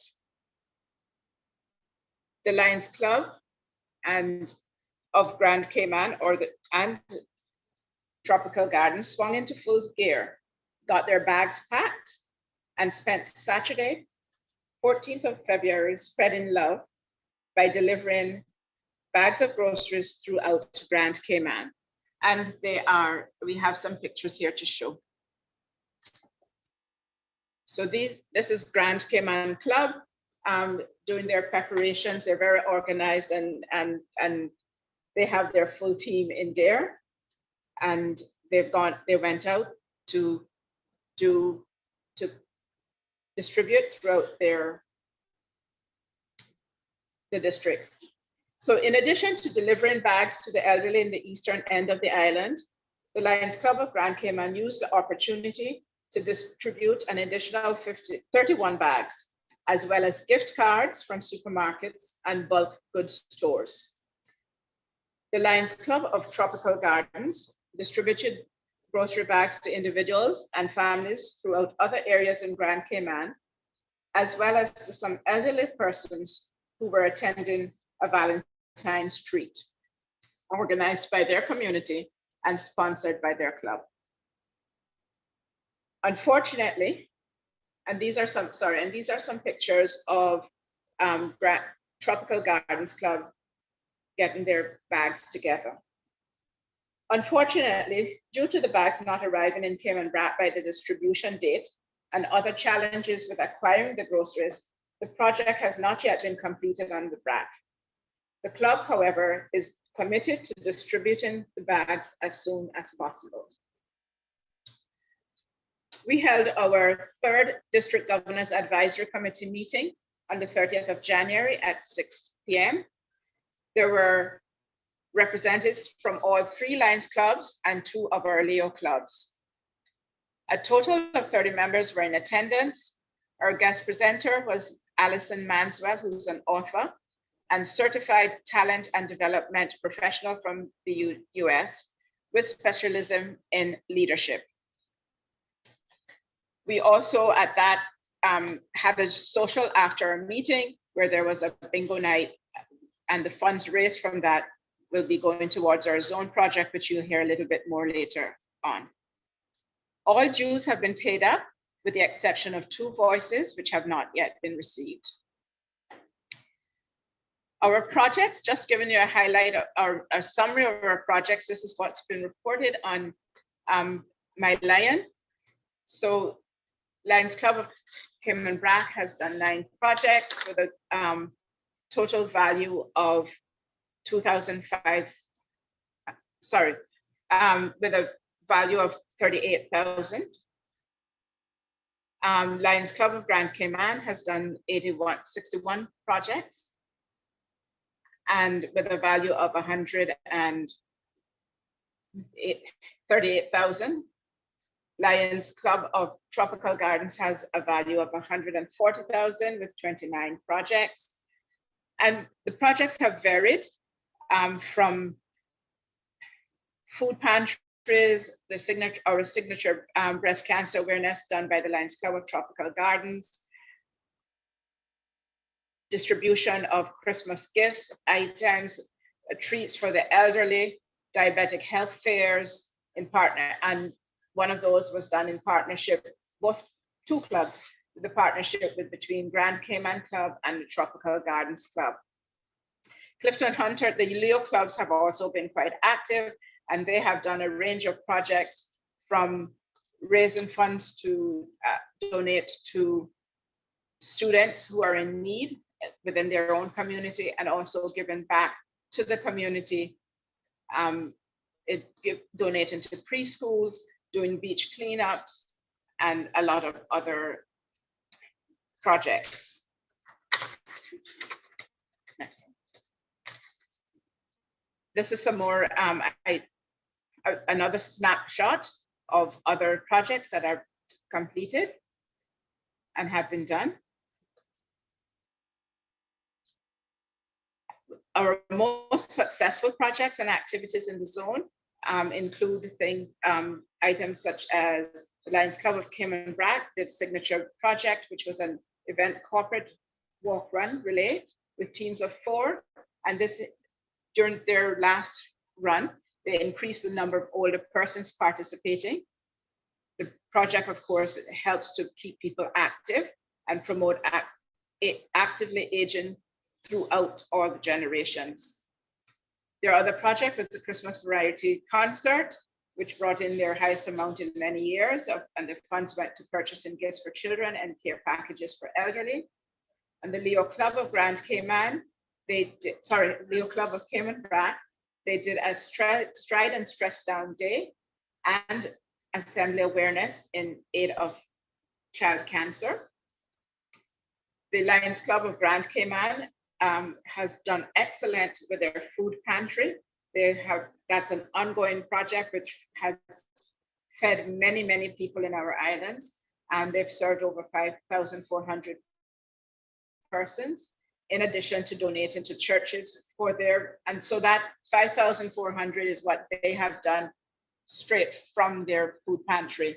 But they also help many others because they then in turn help to supply food pantries for churches and other organizations such as the Department of Children and Family Services.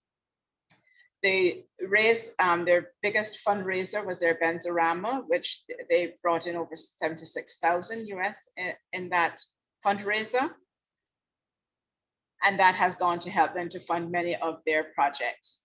The John Gray Leo Club raised over $500 for a student who was having heart issues and needed money for tests. And they also assisted with the beautification of one of the academies at their school by planting flowers and placing motivational quotes on the wall so that the students could see and keep them motivated and always in a mood to go to class.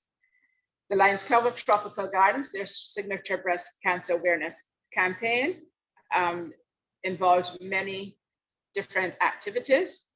And also one of their most successful projects is their support of their diabetes programs. Clifton Hunter High School, Leo Club, the signature project was the Christmas hampers of non-perishables for children. They actually got their entire school, which has over 1,000 students supporting the cause. They also did a snow cone fundraiser where they raised the proceeds from that were given to a student who had lost their home due to a fire. The UCCI Leo Club had a sale of breast cancer awareness to raise items to raise awareness. And they also donated a number of gifts, toys, and different items to a preschool. So on my general comments, Lion Region Chair, I am just really pleased with the progress that all the clubs have been making within this zone, Lions and Leos. The highlights that you saw are just a few of the projects. There are lots more going on, and they continue to be very active and very visible in the community. At least one club has met the deadline for 60B Forward project, and the other clubs are working on theirs. All clubs should be up to speed before the end of this Lionistic year. All clubs are planning to induct new members within the next couple of months. We have not had any inductions or new members join, but we will be doing a number of inductions over the next few months. The Lions Club of Tropical Gardens and the Lions Club of Grand Cayman jointly planned our Melvin Jones Fellow Luncheon, which was a great success. That was, of course, was to recognize and celebrate the birthday of our founder, Melvin Jones, and to acknowledge his contribution to Lionism and for us, the contribution he has made to where we are today. During that function, the Lions Club of Grand Cayman added quite a number of Melvin Jones Fellows to their already large number of Melvin Jones Fellows. They added 5 Melvin Jones Fellows and I think 6 progressive Melvin Jones Fellows. Other clubs, all the other clubs in the region have plans to all add Melvin Jones Fellows before the end of this year. Plans are currently in progress for a zone project with all the clubs to encourage backyard gardening. This is one of the sustainable projects that we're looking at to do. And because of sustainability, we intend for, or the hope is that this will continue not just for this year, but for years to come as a joint project.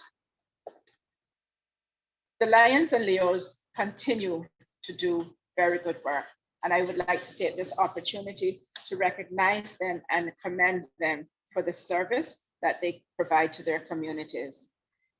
Lion Region Chair, that ends my report. I thank you.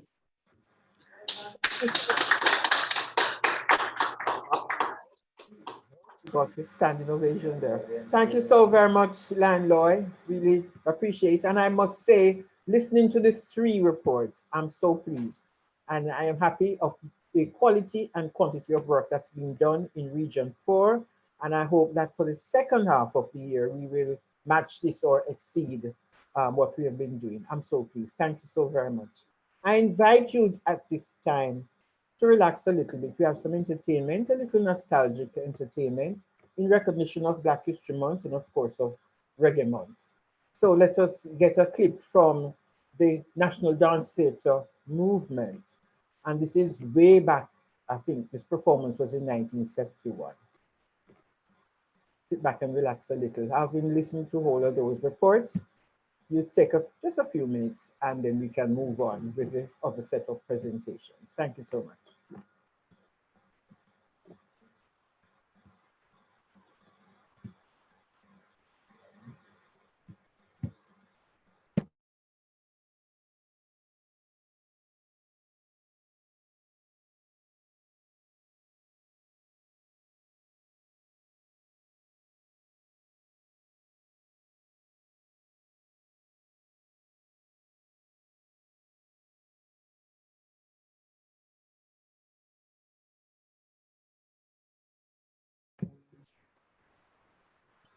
Are we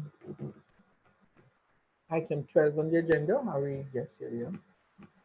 They seem to be bringing it up.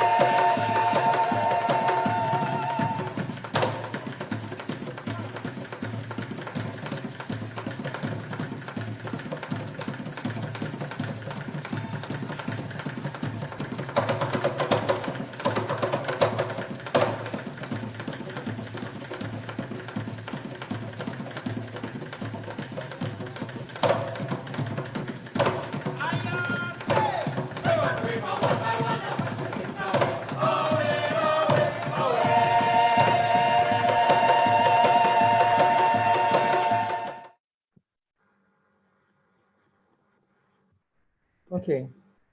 Thank you, fellow Lions and Leos, for allowing the opportunity for you to listen to this nice feedback and to watch. I'm sure it brought back a lot of memories for a lot of us. And now we move on. We are going to ask Lion Vilma McDonald, Melvin Jones Fellow, past president from New Kingston Club, to introduce our guest speaker. Lion Vilma? Good afternoon. Lion Paulette, before I start, I was just looking on the NDTC and thought I saw you somewhere on the left. Can you imagine? Going by. Lion Region 4 Chairperson, Lion Dr. Paulette McGregor, MJF, and your team at the virtual head table. Other distinguished multiple district officers, past and present. Leos, guests, my fellow Lions. It is my distinct pleasure to introduce Lion Denise Forrest, Progressive Melvin Jones Fellow, Council Chairperson, Multiple District 60, a Lion who has lived a life of service. Her Lionistic career, Denise's Lionistic career started 25 years ago when she joined the Lions Club of Mona in January 1996. Serving the club with distinction, Lion Denise has developed into an outstanding leader, holding a range of positions at the club, region, and district level. She served as district governor in 2019-2020. A distinguished past president.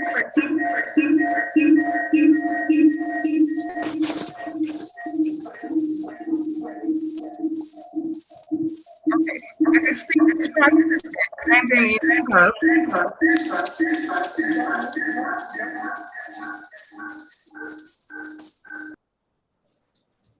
Are you hearing me?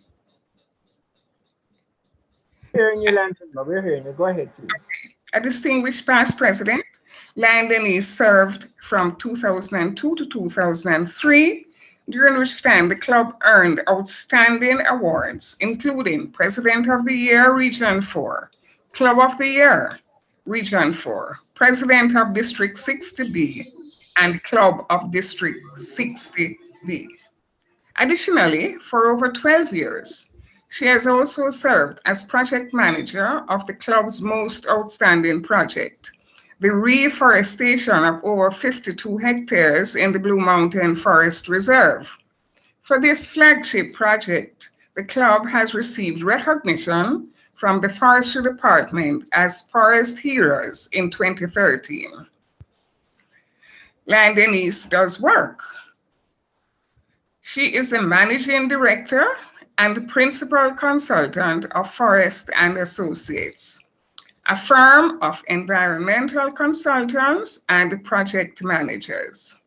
Trained as a biochemist and bioprocess engineer, he has years of practical experience in environmental management, capacity building, strategic planning, and project management.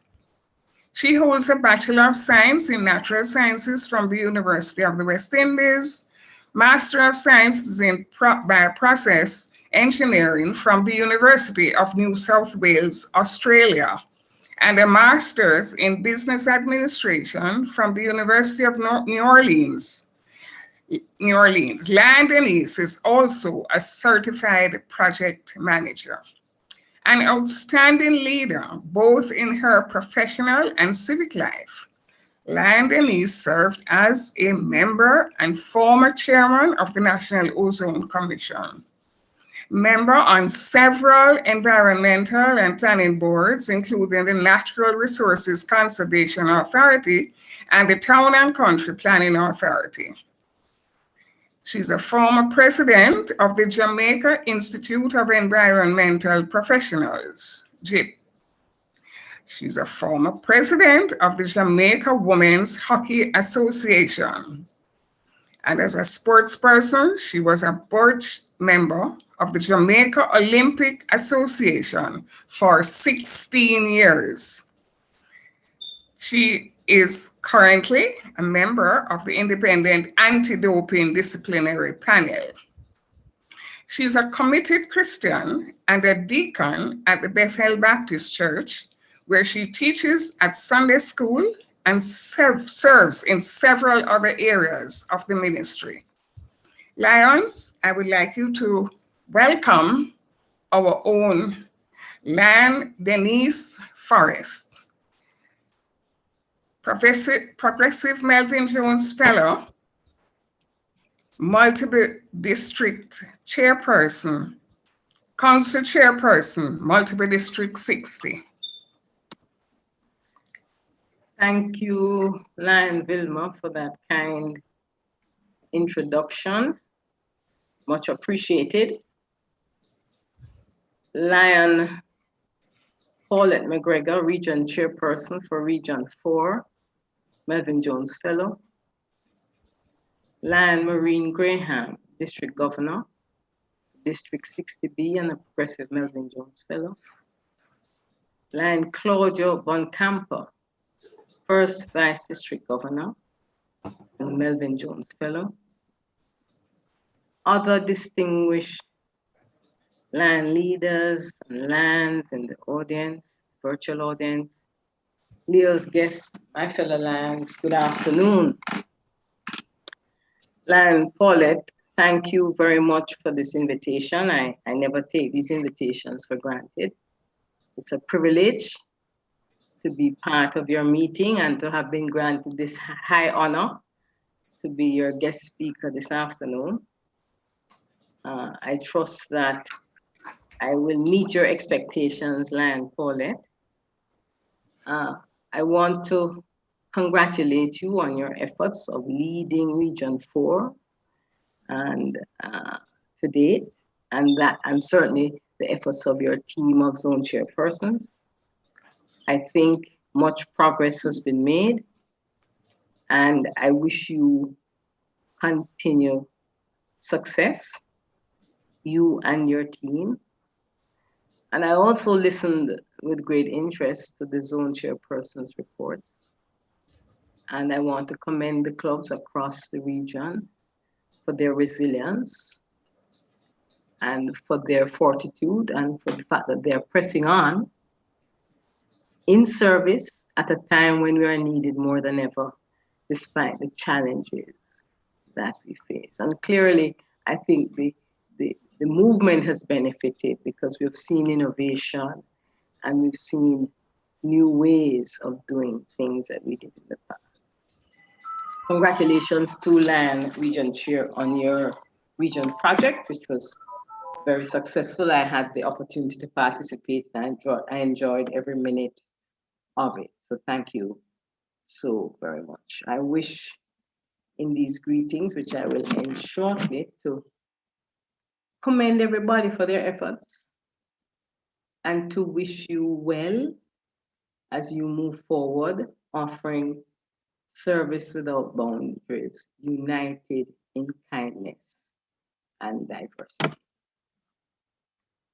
At this point, I'm going to attempt to share the screen so that I can move into the presentation, and I would ask you if you could just let me know if you're seeing it. Yes, wow. Okay, thank you so very much. You know, the region chairman asked me to speak on this, and it therefore led me to retreat into my reflections about my own leadership as I tried to see what could I share with you on the hallmarks of leadership. And I've decided to look at 3 areas. I hope you're seeing them. The first one is beware of the wolf in sheep clothing. When leadership can be harmful, I think. We often think of leadership in very positive ways, but perhaps we should reflect on that a little bit. I want to look at the hallmarks of leadership. In my reflections, I've come up with about 10. And then maybe I'm a little bit ambitious, but I wanted to just share with you a new paradigm of leadership that I think we need to be aware of. And I'll do that very briefly, that I hope time will permit. Harmful leadership. Is there really such a thing? I mean, it does sound so right. When one thinks of leadership, one usually thinks about positive things. But I think that there is such a thing as harmful leadership. And the reason why I'm touching on it before really getting to the hallmarks of leadership at its very best is that I think that knowingly or deliberately, there is harmful leadership. And that perhaps as we think about leadership, we should think about that as well. I put in front of you two scenes in history that were led by effective leaders. They had great followings.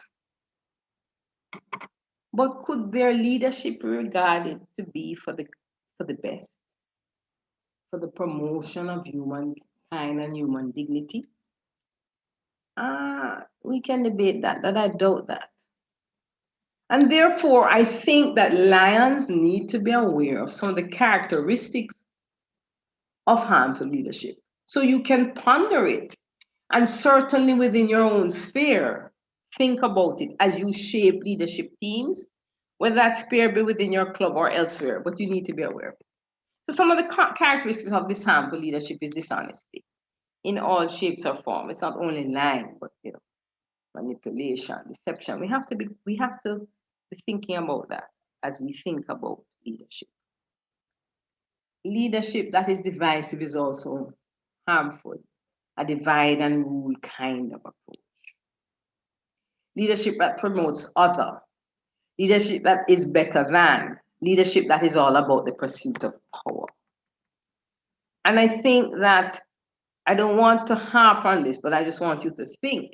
You may be saying, but those things only happen in history. No, I think sometimes they may be happening in our very midst.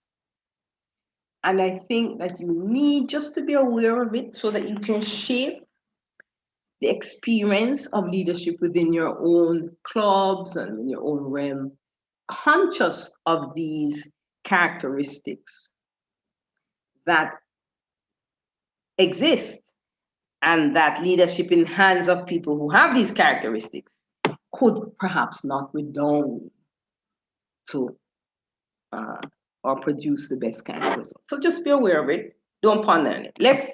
But let us now talk about the hallmarks of leadership. And here I'm thinking about it in its very, very best kind of sense. And I've tried to put together not only things from the literature, but my own experience in coming up with 10 hallmarks. Vision and purpose, communication, passion, energy, strategic awareness, competence and commitment, reflection and reflectivity, speaking the truth to followers, humility, vulnerability, and empathy. 10 hallmarks of leadership. And here, I'm going to group them. And here, drawing from Professor Abarata's words, she's the author of Act Like a Leader and Think Like a Leader. She said, successful leaders really believe in what they're doing or trying to do. And they manage to be contagious in their enthusiasm for it. And I think here we are seeing 3 hallmarks. I'm going to group them. Vision and purpose. A leader must know what they are about. They must have a vision. Whether it be that the purpose is, well, we're going to implement District 60B forward, whether it is that, well, we're going to transform this community, whatever it is, a leader must really believe in what they're trying to do and have some passion and energy. It must come contagious, so that their members, their followership, feel it, know it, understand it. And therefore, in all of this, 3 important hallmarks here is the vision and purpose, the passion and the energy, and the ability to communicate the vision, whether it is about freedom, justice, or equality, or anything else, whatever it may be, the ability to transmit some kind of energy and passion for it, and the ability to communicate about these issues. An important other set of hallmarks I've grouped together: strategic awareness, competence, commitment, reflection, and reflectivity. For instance, having been asked by Lion Paulette, she set me into a period of reflection and reflectivity. And a leader must always do this. But let's go back to the words of Lee Boardman. A vision without a strategy remains an illusion. We're just talking about the hallmarks. And one of them was vision. So if you have a vision and a purpose, my dear Leo and Lion leaders, without a strategy, this is really not on. And therefore, in the realm of things, you must have what I've coined as strategic awareness. And it is thinking about how you're going to approach it, and also being aware of the information in your environment that will influence how you approach it, and incorporating that in your leadership, and incorporating that in making decisions. Very, very key. Wonderful to have the vision, but a vision without strategy and strategic awareness is really not going to get you anywhere. And in that respect, a leader must have some competence. You can't say, Denise, I like you very much, you're a nice person. Please be president of my club. And I don't have any competence. And I'm not being harsh here, I'm just saying that really is the reality and one of the hallmarks of leadership. And with that competence, the commitment to stay the race, the commitment to do what is required to lead. And this commitment, of course, is something that is felt by those you're trying to lead. Very, very important. And a leader must be able to reflect on what they're doing, where they're going, and the impact that they're having. And therefore have moments. I don't know, Jesus went on to the mountaintop to pray, but moments where you reflect. And this reflectivity, of course, you absorb into your approach. Very, very important set of hallmarks of leadership. Another hallmark is you must be able to speak the truth to followers. They say it is difficult to speak the truth to power. And in our society, and maybe in the things in our life, I think we've seen many examples of our unwillingness to speak the truth to power. But a leader must be prepared to speak the truth to followers. Because you see, a leader is, it's not about creating followers. A leader is about creating leaders. And you can't create a leader as a leader if you don't have some moments of truth. I remember some moments of truth with one of my mentors, past District Governor Lion Milton, where he sit me down and he said whatever he had to say in love, but he spoke the truth. And this was something that certainly helped me as a leader. So we must be able to speak the truth to our followers with the view of being able to enhance performance, with the view of being able to share knowledge that will make them better, with a view to encouraging innovative behavior, and always in this respect, providing ethical and spiritual leadership.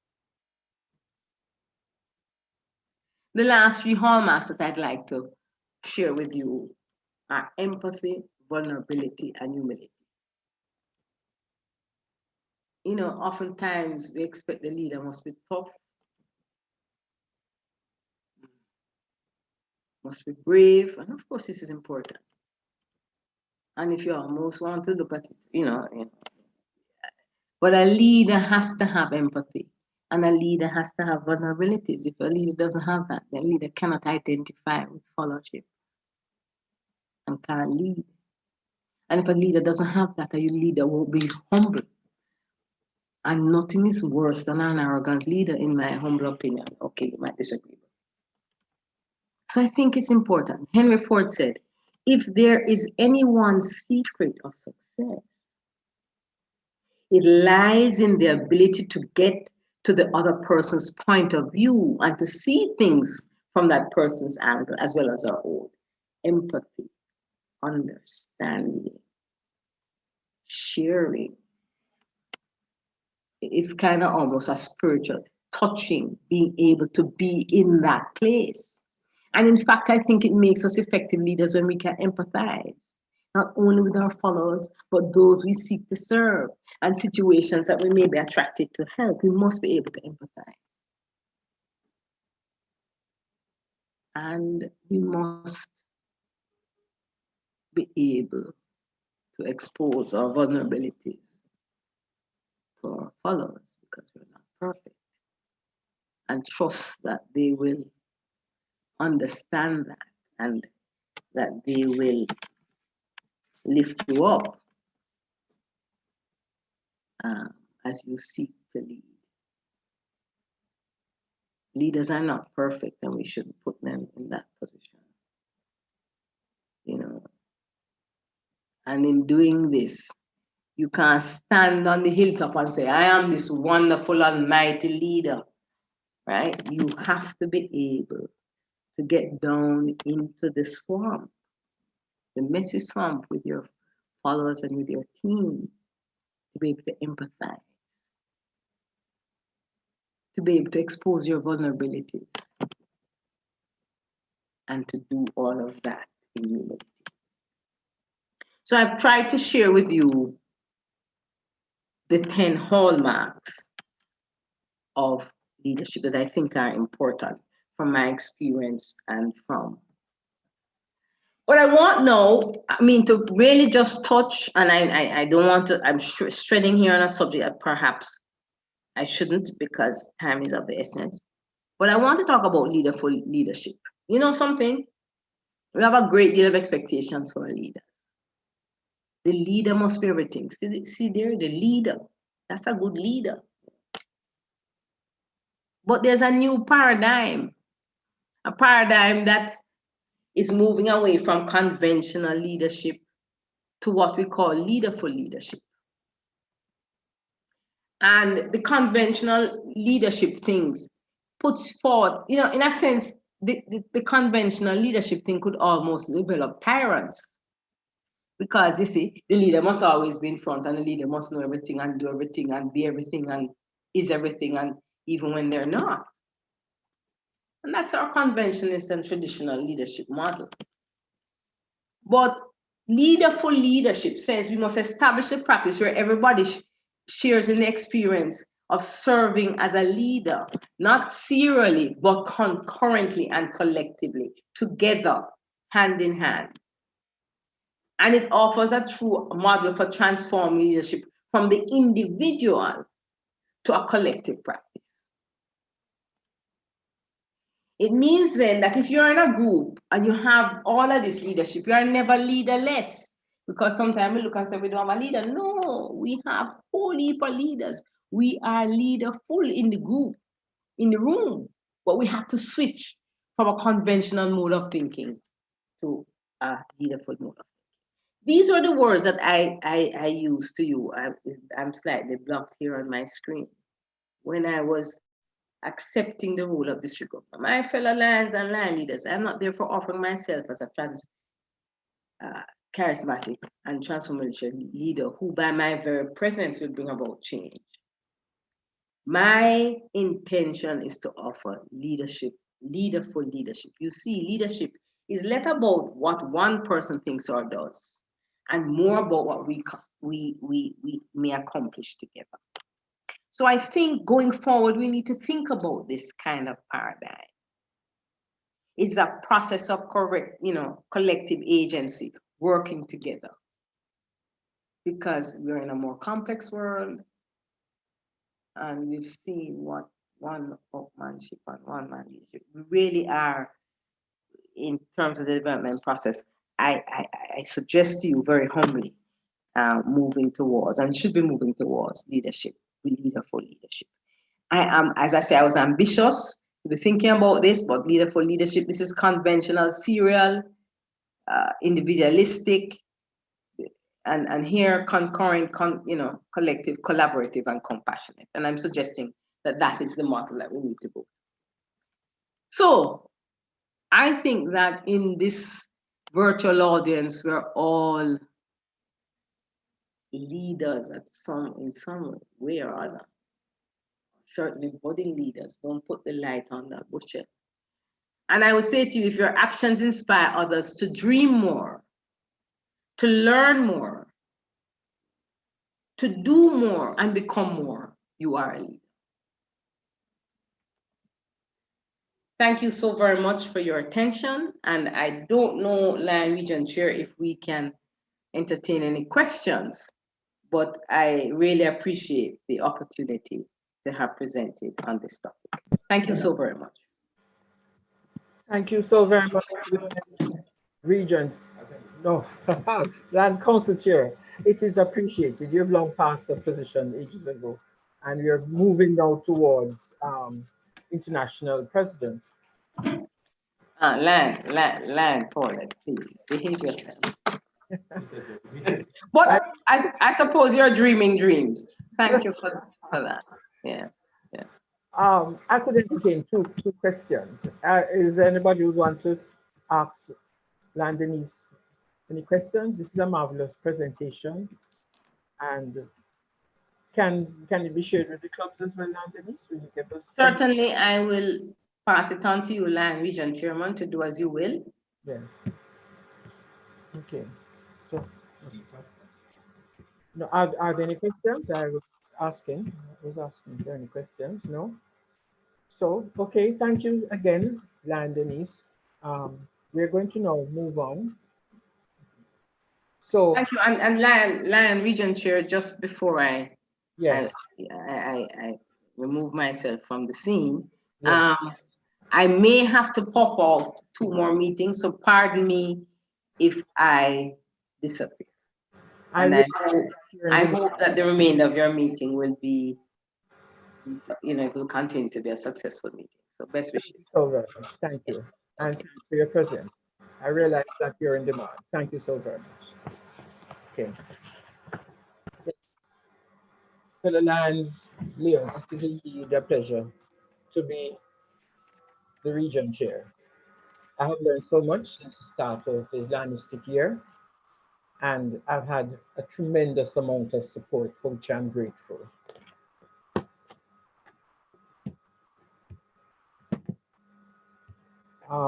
We are now on to the region chairperson's remarks.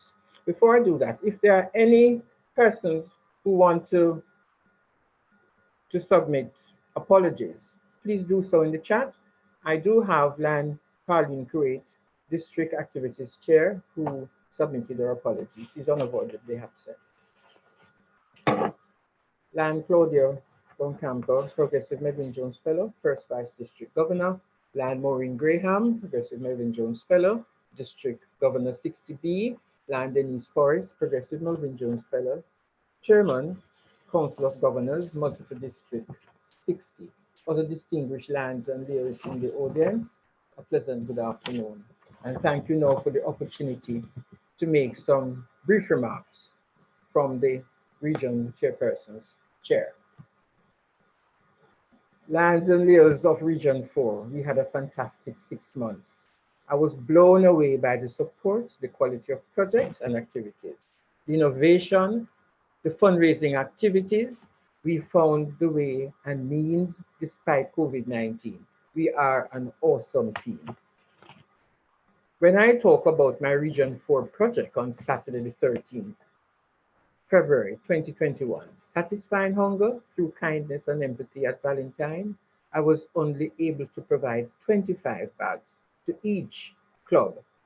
And most of the clubs, they did their fundraising. Some used their own personal funds and provided much more than the 25 packages I provided.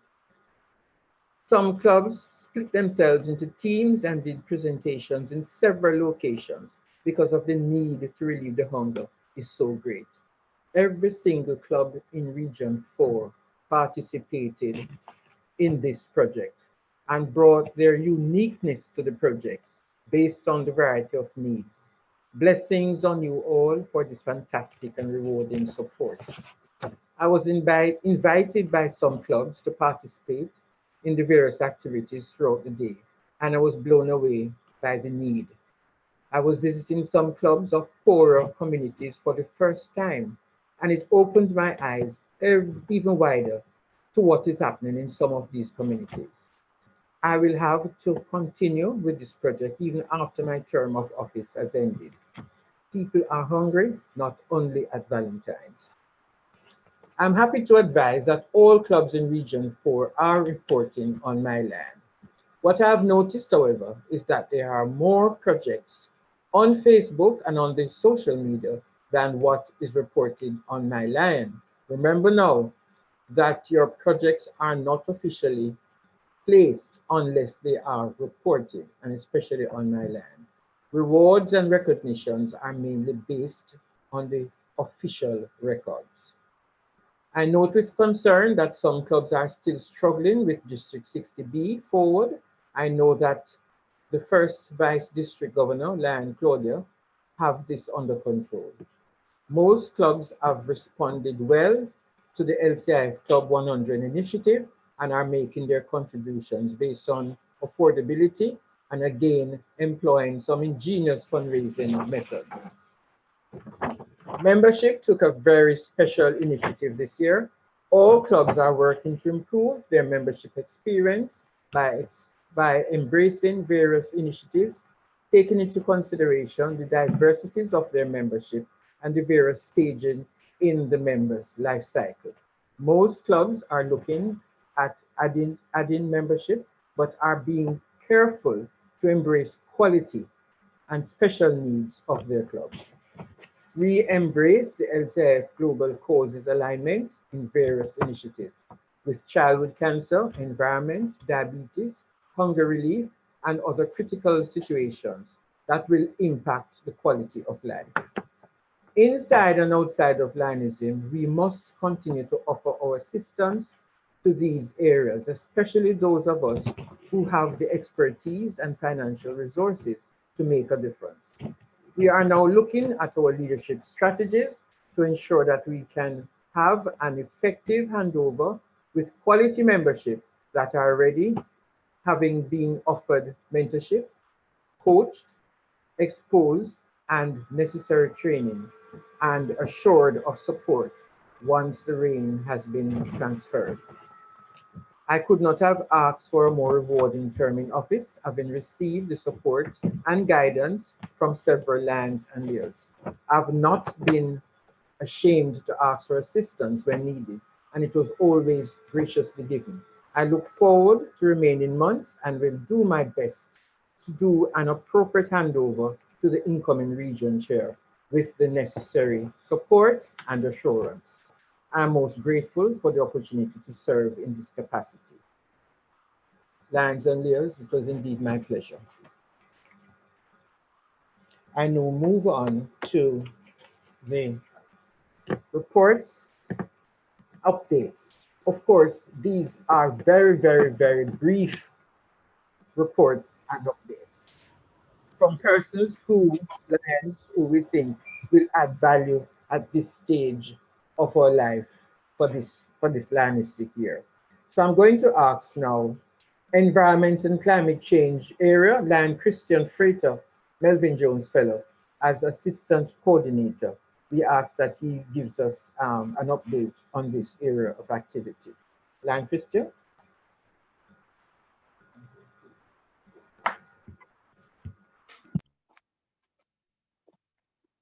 Good afternoon. Oh, Land Region Chair, can you see me? Can you hear me?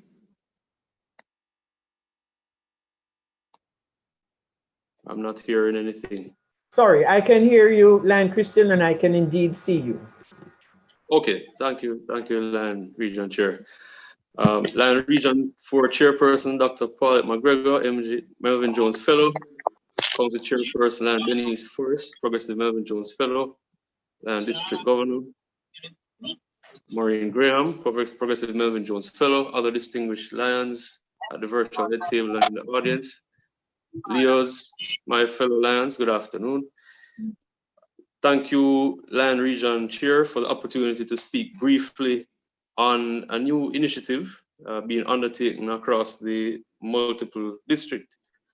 The multiple district e-waste project is being spearheaded by our multiple district global service team chairperson, Dr. Blossom Anglin Brown. It is an environmental conservation project that specifically targets the removal of e-waste from our environment. So what is e-waste? Well, according to the Organization for Economic Cooperation and Development, OECD, electronic waste is any device powered by electrical energy that has reached the end of its working life. And these items include all mobile phones, tablets, laptops, radios, TVs, monitors, screens, LED bulbs, and other consumer electronic devices. The improper disposal of these electronic devices poses a threat to the environment. And these devices usually contain heavy metals such as lead, mercury, cadmium, and antimony, and other substances that are toxic to biological systems. And these toxic elements, if improperly disposed, can pollute rivers, lakes, and ultimately get into our oceans. Now, I'm calling on the Zone 4 chairpersons and to coordinate with club presidents, calling on club presidents to coordinate with their service chairpersons and their members in general to make this initiative a success. Now, contact has already been made with the National Solid Waste Management Authority here in Jamaica, and they have provided guidelines under which this project can be executed in a safe way. We are also aligning the dates for the major dumps of these items. We're aligning these dates with the celebration of Earth Day, which is on the 22nd of April, Thursday, the 22nd of April, 2021, and also with World Environment Day on Saturday, June the 5th. So we are asking for the engagement of everyone so we can make this initiative a success. And I'm sure you'll all agree that this is a worthy initiative to conserve our precious environment. So I will be reaching out to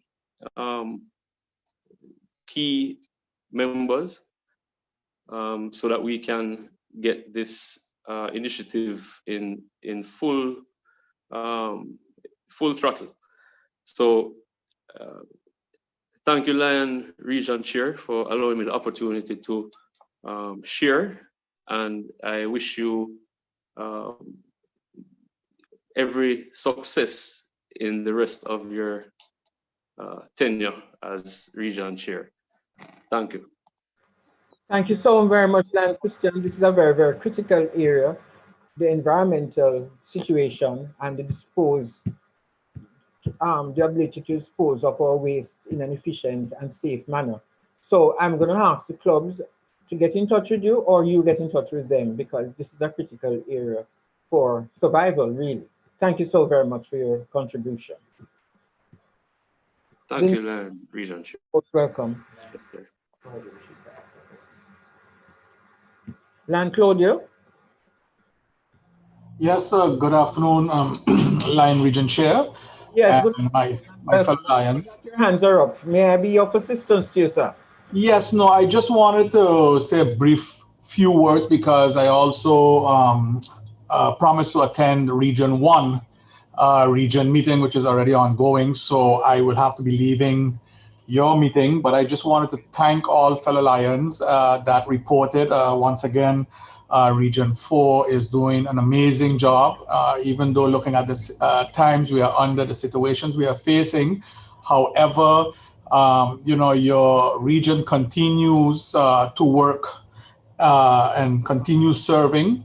Once again, the reports are great. Also, your guest speaker, council chair, once again did an amazing job, as she normally does. I would gladly wanted to hear the other reports of your other groups, but I hope to get copies of that.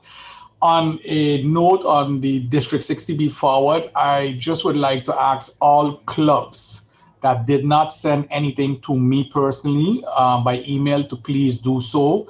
I did send something out to various presidents as per my discussion with our district governor, that in their audit reports, they reported that they worked on District 60B forward, but I have not received anything from some clubs. In the meantime, some clubs have answered. So I just asked if all clubs can send me what they have, because as you know, I have to report in the third cabinet meeting on this, and I would not want to report that your club did not do anything while you might have done. So once again, fellow Lions, please do send me whatever you have done if you did not do so I can update my chart. For the rest, I would like to thank you, Lion Paulette, for once again inviting me to your region meeting. It has been great. Unfortunately, I cannot stay the entire meeting because I also promised Region 1 to attend. And I do hope to get, as the last time, all the presentations, because I do like to see these presentations and bring them throughout the entire district and not only, in Region 4. So once again, fellow Lions, thank you very much, and do have an enjoyable meeting. Thank you. Lan, Claudia, thank you so much for your presentation just now. And I know that we have a clash of meetings, so I fully understand. And I wish you well at the other meeting. Thank you, sir. And we will make sure that all the presentations that you need, you will receive. Thank you so very much. I know that the special guests that we have also was invited by Region 1. So I'm going to ask Lion Maureen Graham, Progressive Melvin Jones Fellow, our District Governor, 60B, to come in at this time to offer her greetings, because I realize that we're now a little strapped for time in order for them to catch the Region 1 meeting. Won't be selfish. Lion District Governor, would you care to join us at this time?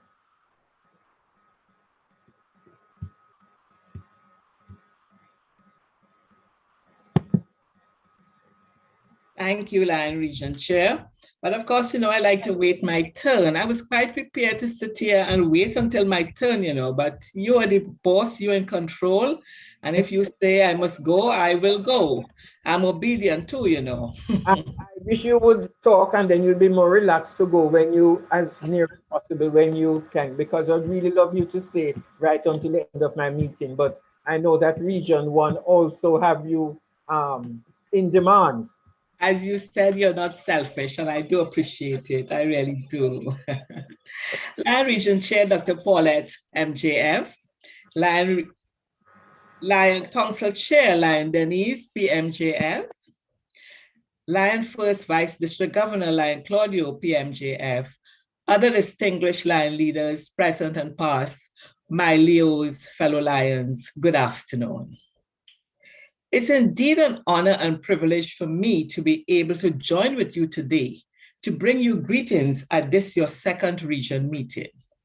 What a wonderful feeling when Lions get together, and especially when they fellowship as a region, and today is no exception.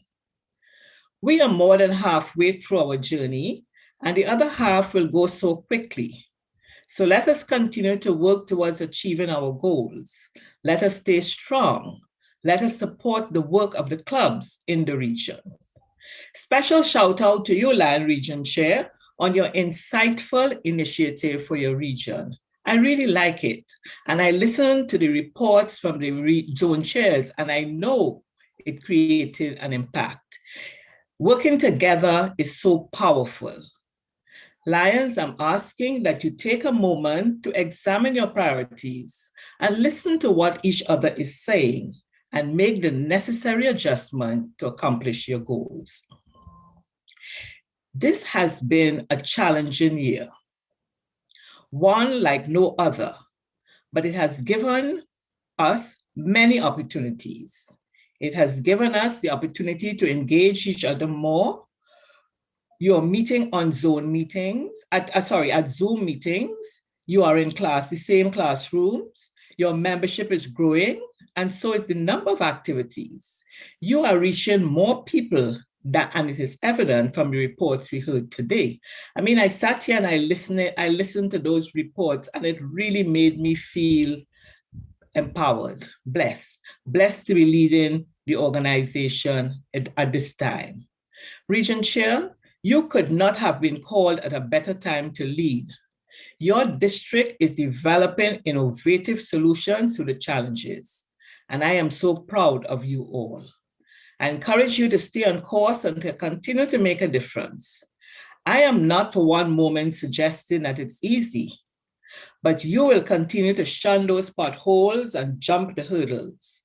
Lion Region Chair, I am moved at this point to recognize the work of our LEOs throughout the district, but especially the work of our LEOs in Region 4. LEOs, you are making our district proud.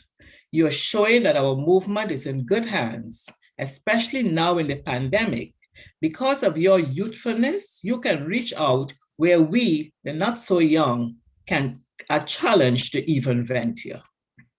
Your use of the social media is creating a new world.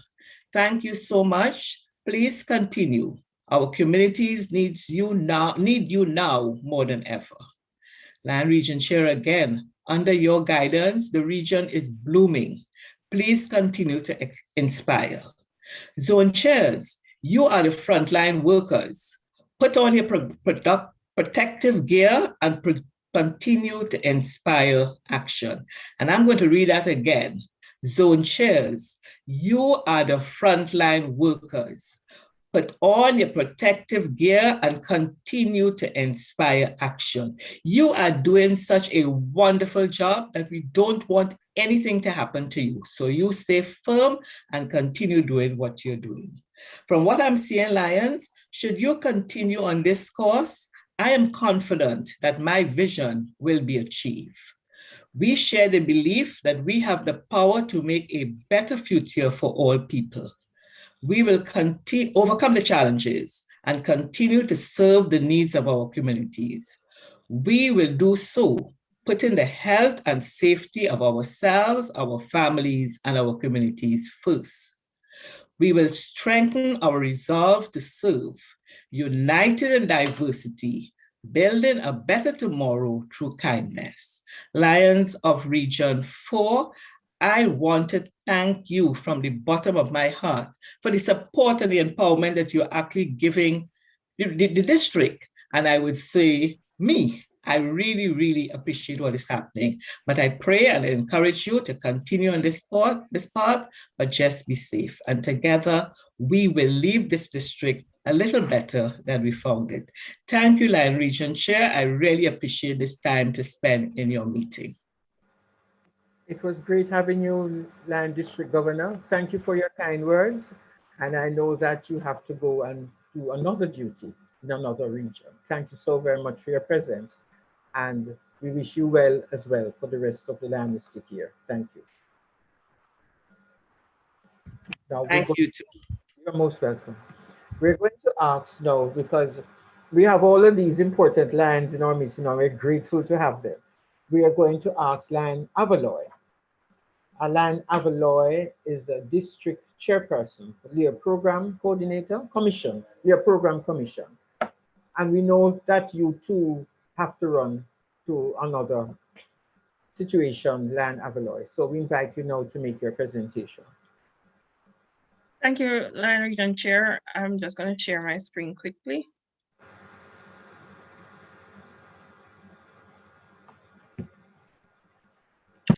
Region 4 Chairperson, Lion Dr. Paulette McGregor, Melvin Jones Fellow, Guest Speaker and Council Chairperson, Lion Denise Forrest, Progressive Melvin Jones Fellow, District Governor, Lion Maureen Graham, Progressive Melvin Jones Fellow, other distinguished Lions and Leo leaders, guests, Leos, my fellow Lions, good afternoon. Lion Region Chair, the Leo Program Commission thanks you for this opportunity to report on the Leo activities and wishes you continued success in all your meetings and activities for the remaining portion of the administrative year.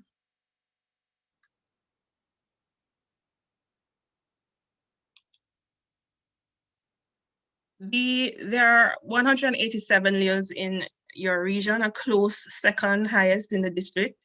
There are 19 registered clubs, 11 are bearing levels of active, and 7 are reporting in my LCI, 2 from Zone 4A, 3 from Zone 4B, and 2 from Zone 4C.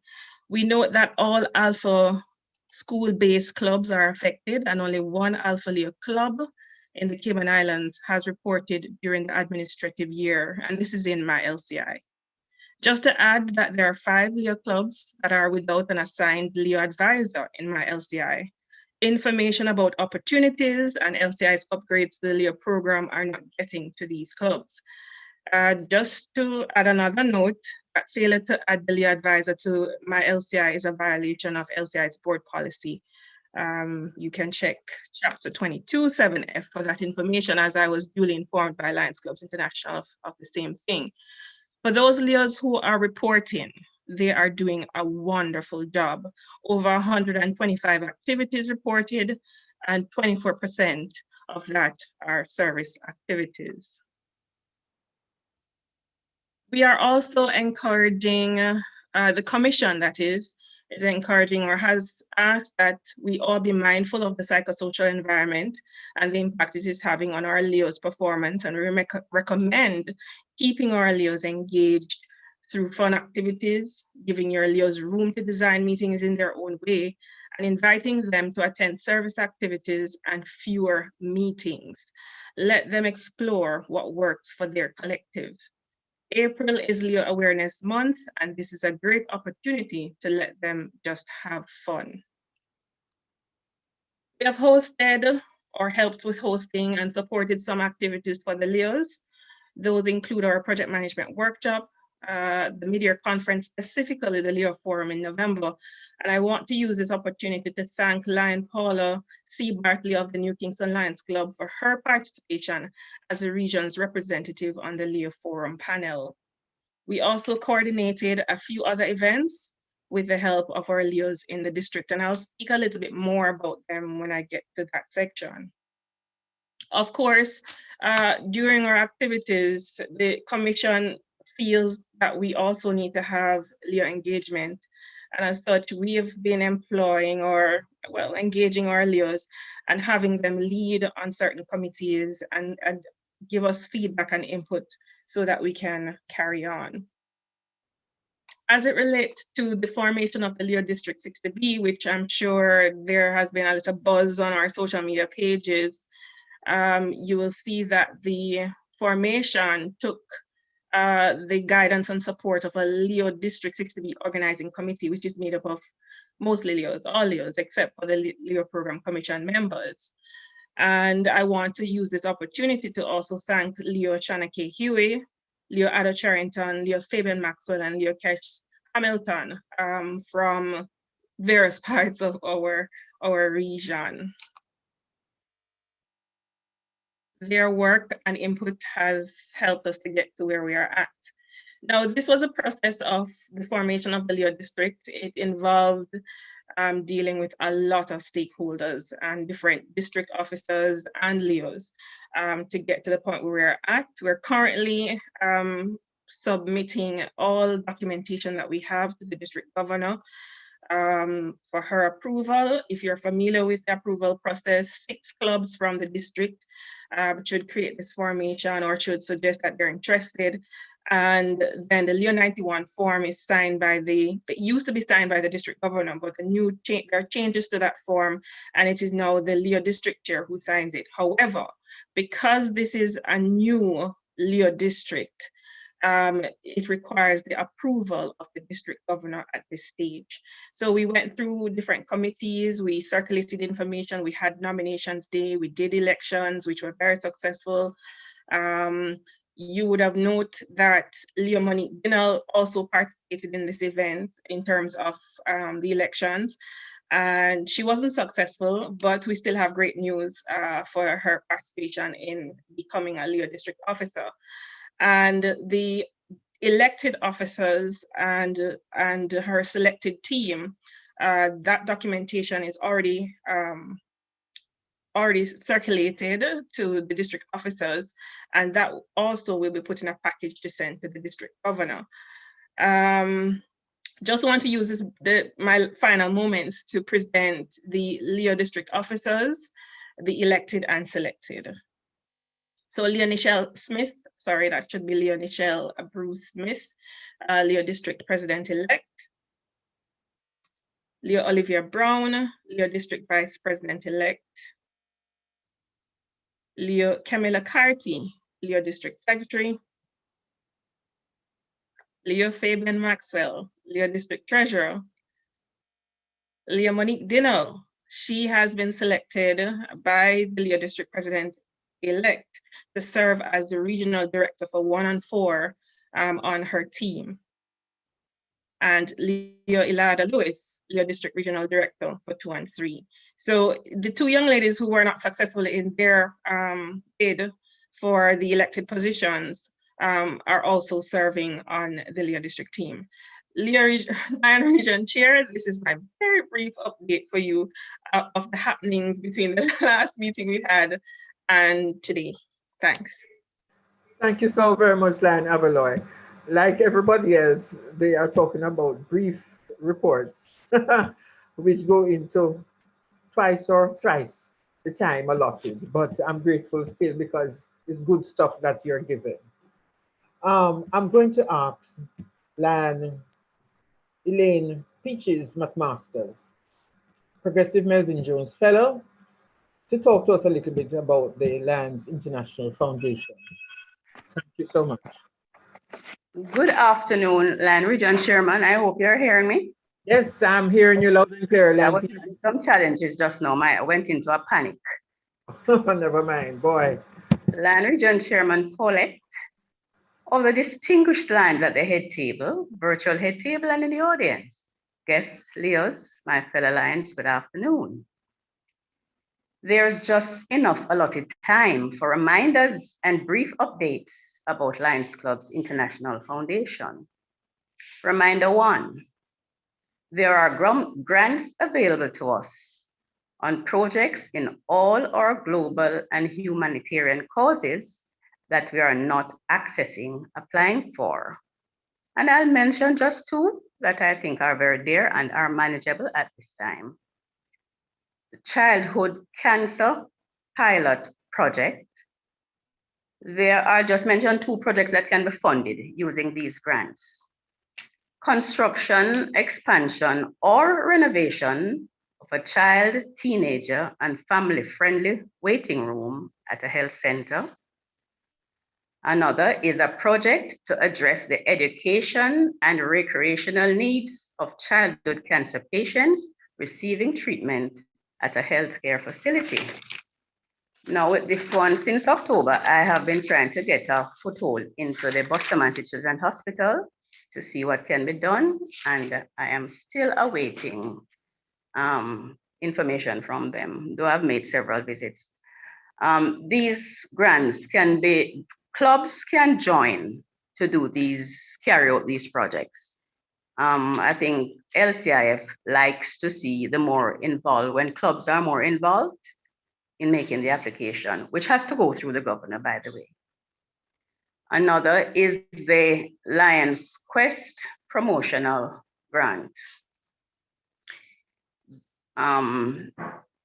This grant is to introduce Lions Quest to the community. Funds can be used for informational seminars for Lions, community members, or educators. This is a rolling grant, so it can be applied for at any time. The Lions promotional grant and the Lions Cancer, just a minute, flustered. The Childhood Cancer Pilot Grant, this can be applied for 90 days prior to the meeting of the steering committee for LCIF. And once the club identifies the projects, they get all the information, they pass it on to the governor and myself, who will pilot them through the application process, going through the LCIF office to make it easier. The clubs, the committee meets January, May, and August, and the applications must be sent 90 days prior to these. All right, now to the foundation. Our foundation, to continue these grants, has to be funded. One of our district's goals is to have most of our clubs donating to our foundation. In the past, normal times, meetings such as this we're having here now, which would be hosted by Cayman, we would have gone off to Cayman, some of us fly, hotel accommodation. Normal times also, we would have been going to cabinet meetings and conventions overseas where we would have to pay registration. We would have had to get our airfares and also hotel accommodations. Now, for the past year, we have not been doing all of those things.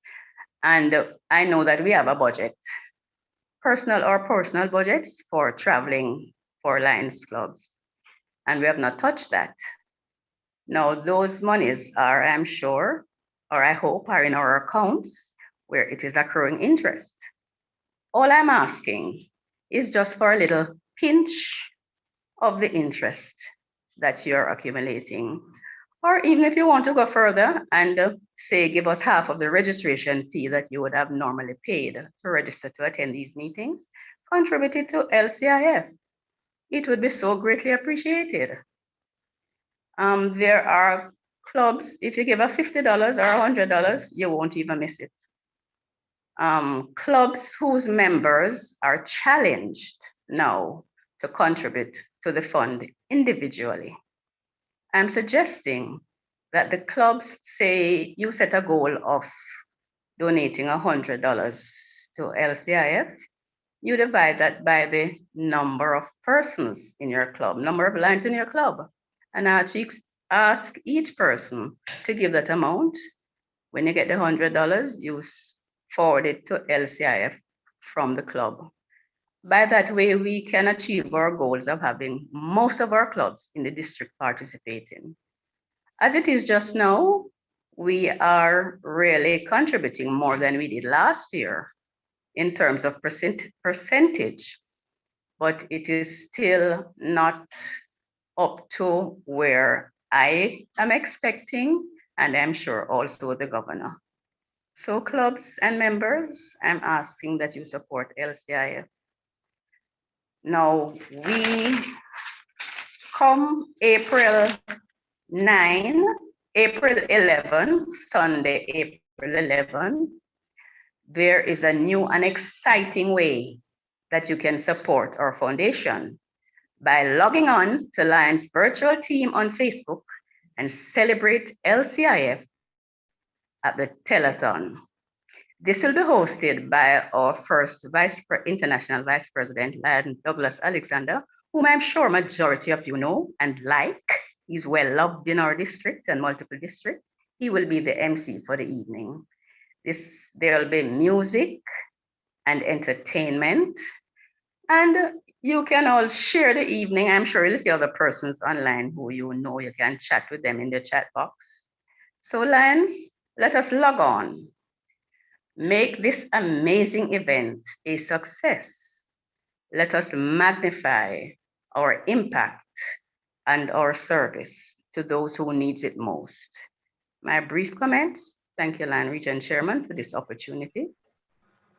Thank you so much, Lion Peaches. Yes. And when I go home, I break my piggy bank and see what's in there, if anything at all. Thank you. Whatever you find, Lion Region Chairman, would be greatly appreciated. We used to be not really demanding. We used to be asking for $100 and $250 and pressing clubs to be model clubs and all that. Times have changed. Indeed. So whatever you can give would be appreciated. What they say, one cocoa full basket, and it's 100 cents, that makes $1. So if 100 persons give a cent, at the end of the day, we'll have $1. Don't think of what you have to give as too small. No, it's not. It's the thought that counts, but not just a mere thought. Giving something will be appreciated. Thank you. All the best to you. Thank you. We're going to ask Lion Desmond Brown, Melvin Jones Fellow, past zone chair, to give us an update on the White Cane launch and can participate. Lion Desmond. Thank you, Lion Region Chair. Lion Region Chair, other distinguished lions, Leo's guests, my fellow lions, just to bring you up to date on what's the plans for the White Cane month. First of all, are you hearing me? Yes, we're hearing you loud and clear, sir. Okay. The first thing we're going to have is a church service. This will be at the Mona Baptist Church. We have invited some specific lines, as you know, with the COVID, attendance at church is restricted. So we have 12 invited lions who will be there, and they'll be bringing greetings and reading the notices. And the other lions will be able to join by YouTube. You see the notice on the board, on the screen, and the link is there. We'll circulate again. That's the 7th of March at 9 a.m. The launch will be a Zoom launch. Again, because of COVID, it will be on the 10th. The actual date our president is working on will circulate the dates, and the other line presidents will be involved in that Zoom meeting. Hopefully get it early this week. The third item on it is that we had wanted to do this at the launch, but obviously with the Zoom meeting, we're not able to do. We're working with the Jamaica Society for the Blind, and they have 2 projects they want to help us to let others know about it. One is a relaunch of their website, and the other is the launch of an app they have developed that allows blind people to recognize money. What we're going to do is to arrange a press conference. I'm in contact with the chairman of the Society for the Blind, and he said, get back to me as to what date, and we're going to have it at the Society for the Blind. And it's to launch those 2 items. They're relaunching the website and the app for identifying money. So blind persons can use their phone and identify money. We know that there's a strip on the paper money that they use, but sometimes it's difficult. So those Lion Region Chair are the activities we have planned. Again, it has to be scaled down. We're not having any walks, any White Cane demonstrations, again, because of the pandemic. Yeah. Hopefully next year we'll be able to do that once more. And that Lion Region Chair is what we have planned. Thank you so much, Lion Desmond. And those of us who can participate indeed will, whether live if we're invited or via Zoom. Thank you so very much. You're welcome. Now, we are celebrating. It is past District Governors Month, and it is important that we celebrate our past district governors and show them how much we appreciate them. So we have a presentation here that we wish and hope that you will enjoy, and would have to remind you of the persons, some of whom to whose shoulders we are standing on today, having given sterling service to this movement from as far back as we can remember. We are grateful for the district governors, past district governors, and council chairpersons that we still have in our midst. And of course, as you know, those that are around, we still call on them for service, for guidance. And let us sit back and just listen and remind ourselves of these persons. Thank you.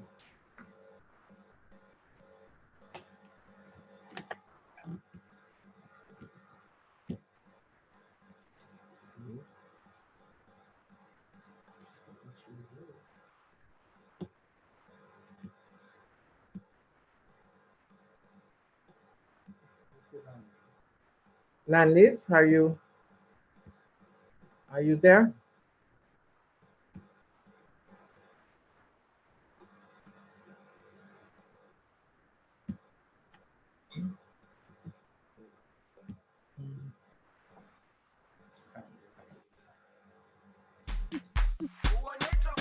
Lands and Leos. As most of us are aware, February is the month in which we celebrate our past district governors. This is a special time for us as we recognize these leaders for their outstanding contribution to their individual clubs as well as our district. Regions 1 and 4, Jamaica and the Cayman Islands, have had 15 lands who have served in this office to date. Today, we will recognize the past district governors who are still serving with distinction, as well as the memory of those who have gone on before us. It was Henry Wadsworth Longfellow who reminded us that the heights by great men reached and kept were not attained by sudden flight, but they, while their companions slept, were toiling upward in the night. Let's now sit back and enjoy what has been prepared for you. The team has chosen Jerusalem to underpin this special time for our past district governors, as this is indeed a time to celebrate with these leaders. The Marks We Leave by Mark Sanborn.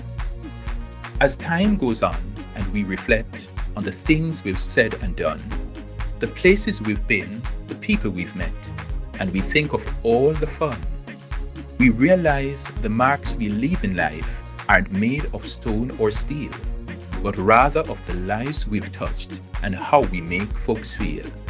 For people are far more valuable than achievements great and high, than cars or planes or space shuttles or buildings reaching to the sky. You and I can leave our mark in life by doing all we can to serve and praise and uplift the lives of children, women, and men.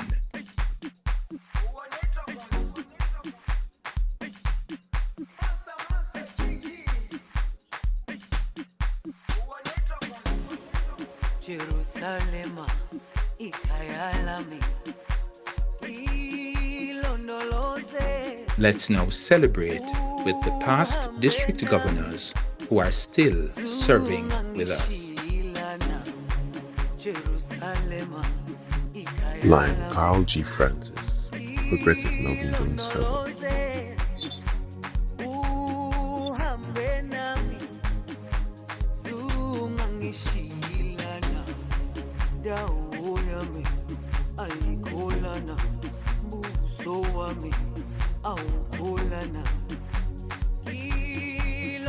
Lion Anthony Smart, Progressive Melvin Jones Fellow.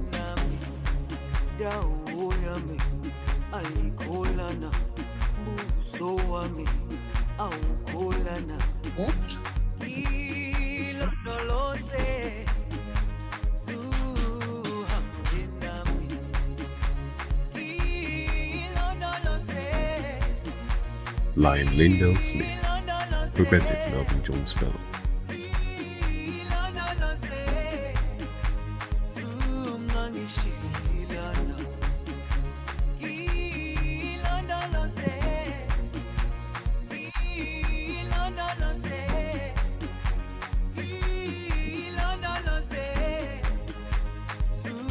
Lion John E. Ebanks, Progressive Melvin Jones Fellow.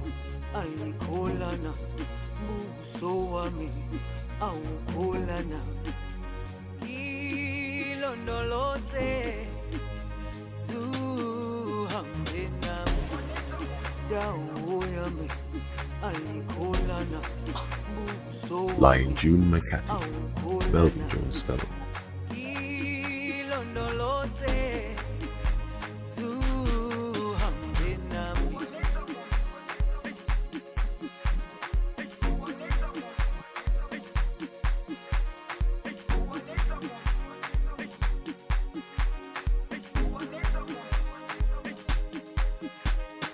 Lion Isaac McCullough, Progressive Melvin Jones Fellow.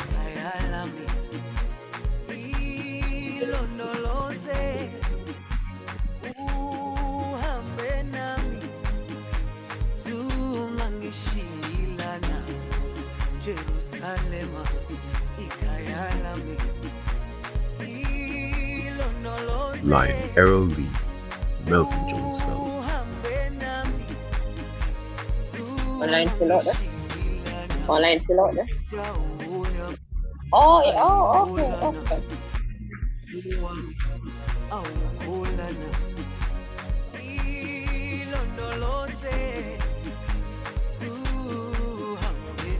Lion Dennis Forrest, Progressive Melvin Jones Fellow.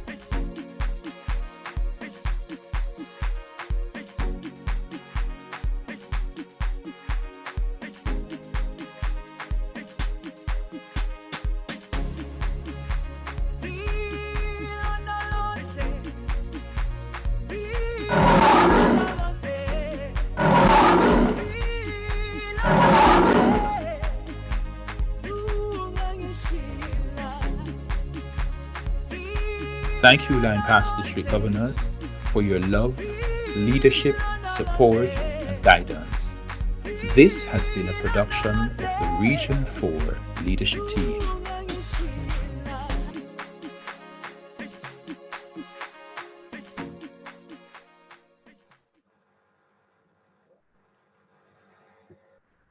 Well, what can I say? If I do say so myself, this was a marvelous production. May I say something, Lion Region Chair? Certainly, Lion Isaac. Well,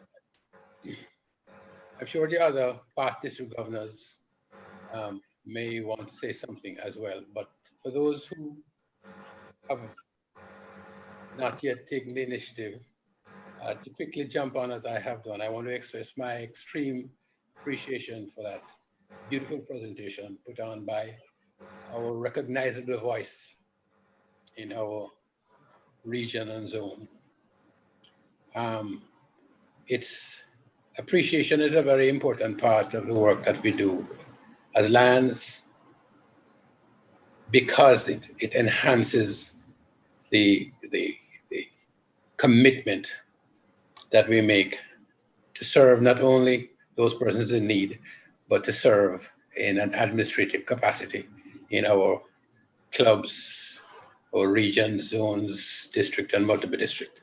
Thanks very much on behalf of those other past district governors who may not have an opportunity to say something. It was very well appreciated and beautifully done. Thank you very much. Thank you. It is appreciated, and we're glad that you liked the presentation. If there's anybody else at the time who wish to say something, we will entertain some brief comments.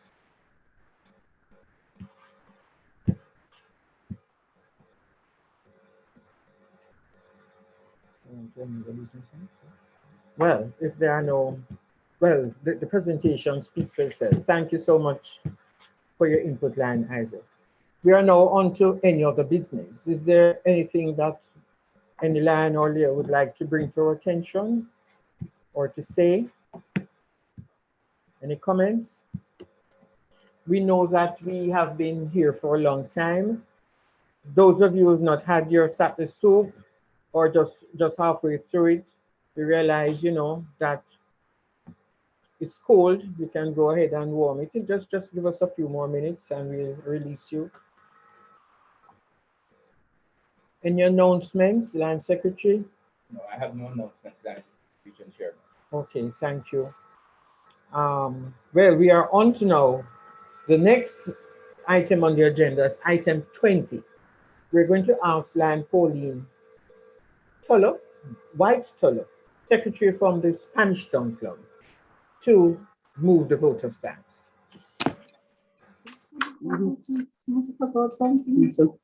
Good evening, fellow lands. Are you hearing me? Hearing you loud and clear, Land Pauline. We're Good hearing. evening. Land Region Chairperson, Paulette McGregor, Melvin Jones Fellow, Lion Denise Forrest, Progressive Melvin Jones Fellow, Council Chairperson, Multiple District 60D, all other lands seated at the virtual head table, Lion Maureen Graham, Progressive Melvin Jones Fellow, District Governor, and all other distinguished lands in the virtual audience. My fellow lands and layers, I consider this a great honor to be asked to give the vote of thanks this afternoon. First, let me start by thanking Lion Winston Hale, Melvin Jones Fellow, for inviting God's presence in our meeting this afternoon. Lion Dane Dalton Brown, for extending a warm welcome to us all. Lion Philip Lang, Melvin Jones Fellow,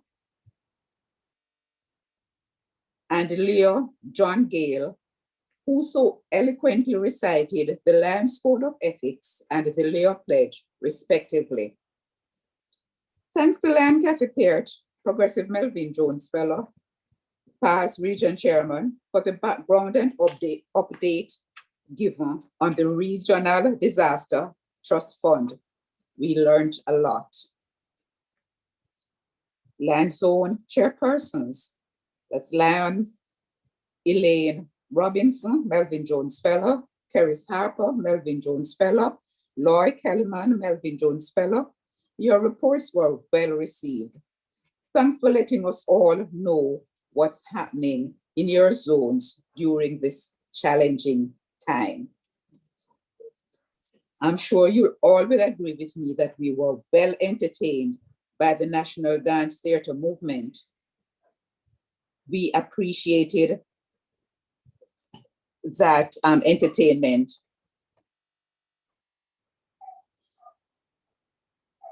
For introducing the guest speaker, Lion Vilma McDonald, Melvin Jones Fellow. You told us so much about the guest speaker. We thank you. Lion Denise Forrest, Progressive Melvin Jones Fellow and Council Chairperson, Multiple District 60. What a presentation. We all will be evaluating ourselves as leaders. Thank you. Lion Christian Freighter, Melvin Jones Fellow. Lion Avaloy Forbes. Lion Claudio Boncampo, Progressive Melvin Jones Fellow and First Vice District Governor. Lion Elaine McMasters and Lion Desmond Brown. Sorry, Elaine McMasters, Progressive Melvin Jones Fellow, and Desmond Brown, Melvin Jones Fellow. Thanks for presenting your various reports. We have been truly enlightened. To Lion Dave Scarlett, Melvin Jones Fellow, thanks for that great reflection on our past and present district governors.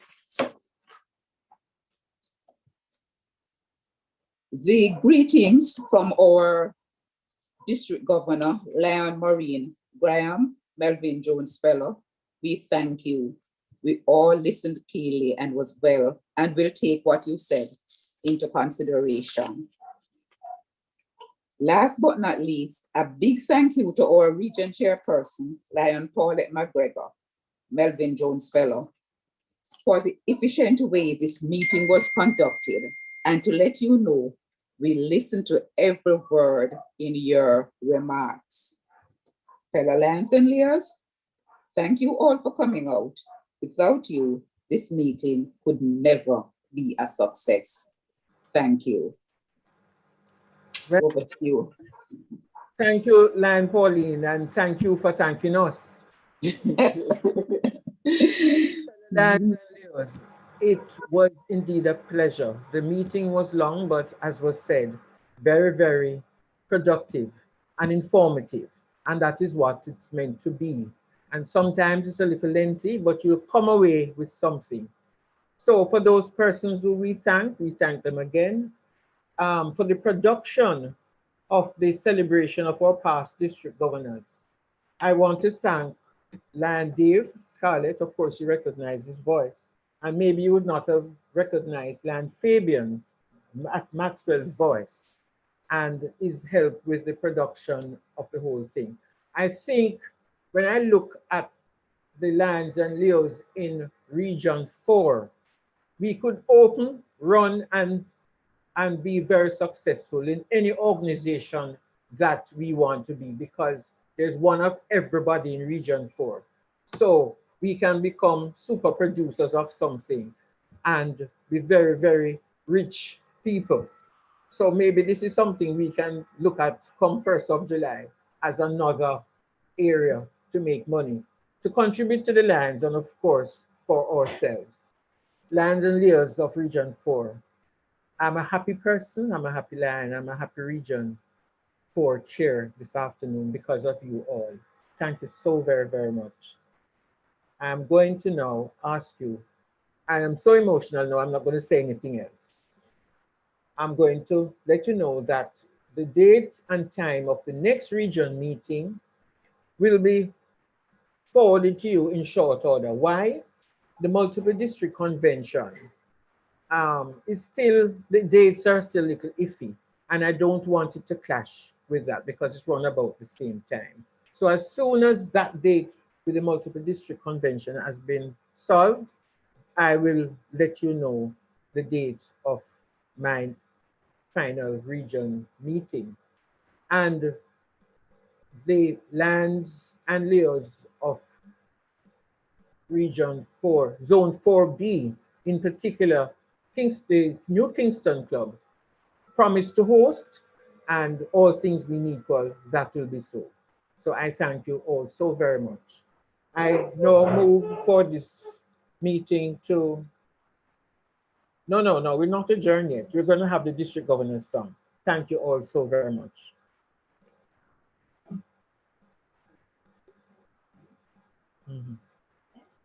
Without this, you know, Land 4C,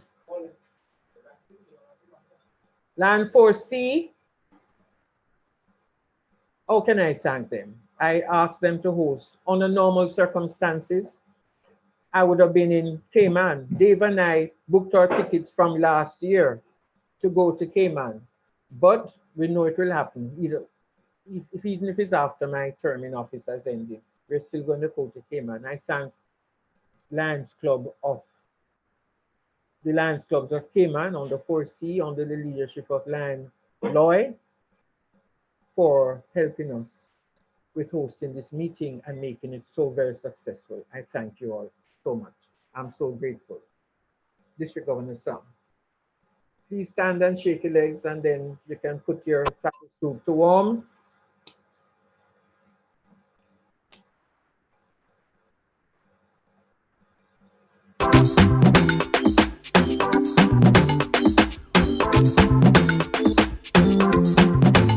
We are the lions. We are the lions. We are the lions. Oh, oh. We are the lions. We are the lions. We are the lions. Oh, oh. We believe we must lend a helping hand to our fellow man. Lift them up and help them stand. And we believe we can make a difference. We'll answer the call. Show our love for all. We believe it, we're going to empower. Let's do it together. We believe there'll be a brighter day. For the underprivileged, they must be encouraged. We believe there'll be a brighter day. We're not giving up.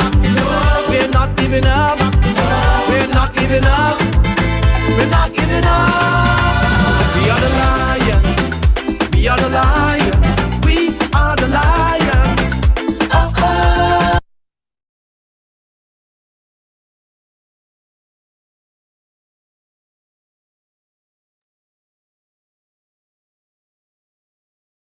oh.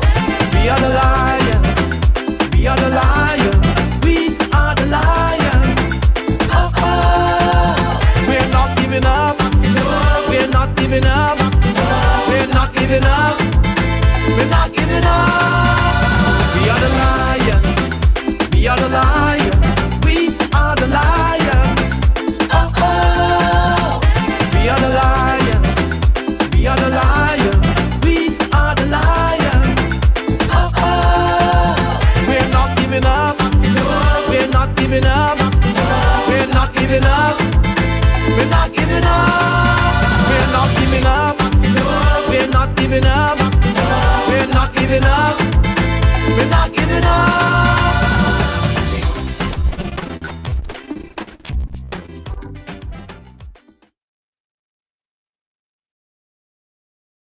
Good things must come to an end, and we thoroughly enjoyed ourselves from 2 o'clock until exactly, call it 5:30. We got a lot of information in. Thank you so very much. May I have a motion for this meeting to be adjourned?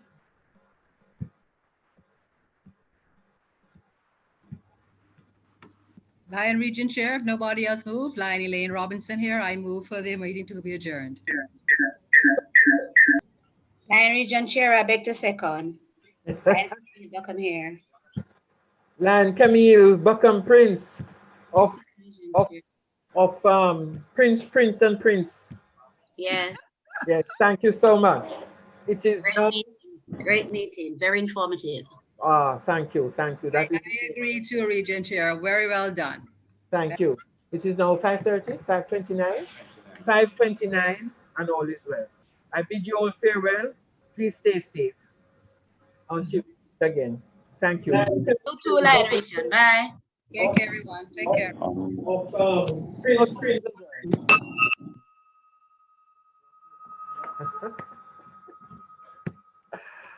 Whoa. That's that Lion John. Well done, Lion Chair, Lion Paulette McGregor. Very good meeting. I enjoy it. Thank you. Lion Paulette. Yes. Great meeting. Now you can have a lovely glass of wine. Oh. You deserve it. She giving that up for Lent. Let her speak for herself. Not so many things. I'm telling you, there's nothing else to give up. Good meeting, Doc. Don't give up the drink. Don't give up. I thought they said they were giving up wine. Wine? Don't you give up Which wine? one do I know? She just say wine. No, I will have to take the rest of the comment off air. All right. Good meeting, Doc. Thank you so much. I was a little nervous to start out. Lion Camille, it was soca wine. Not wine. Doc. Okay. Thank you. And that's why you were nervous. Good report. Great meeting, Len. Len Region Chair. Thank you so much. I was a little nervous with the reports because, you know, they seemed a little lengthy, but they were so informative. Yes. Good report, my zone chair. You represent well. Thank you, Lion Camille. Thank you, Lion My zone well. Thank you, Lion Region Chair. Lion Carey, so you do. I am good. Good report, Lion Caris. Good to have you. I'm so proud of you guys. I'm very, very, very proud. But I have to go now. Have a good evening. Have a good weekend and be safe. Thank you. Okay, Len Camille, sorry you couldn't get some of our wine. Len Blondie and myself. You know, Land Blondie. Land Yes, Marilyn. Lion Camille. Thanks for the support, Land Marilyn. I say you treat me. Who's that? Leave a bottle for you. Most welcome, Lion Region Chair. Well done. All right, leave my bottle. I'll come for it soon. All right. Hope it's not empty bottle, you know. Hey, look here, man. Region Chairman meeting is Okay, bye. Bye. Bye. Bye. Bye. But we have to take a rain check And on Region that. Chair, great meeting. Thank you. Thank you. We'll have to take a rain check on the Cayman trip, eh? Oh, yes. I was looking forward to taking the trip myself. Fix for business, man. All right, we gone, right?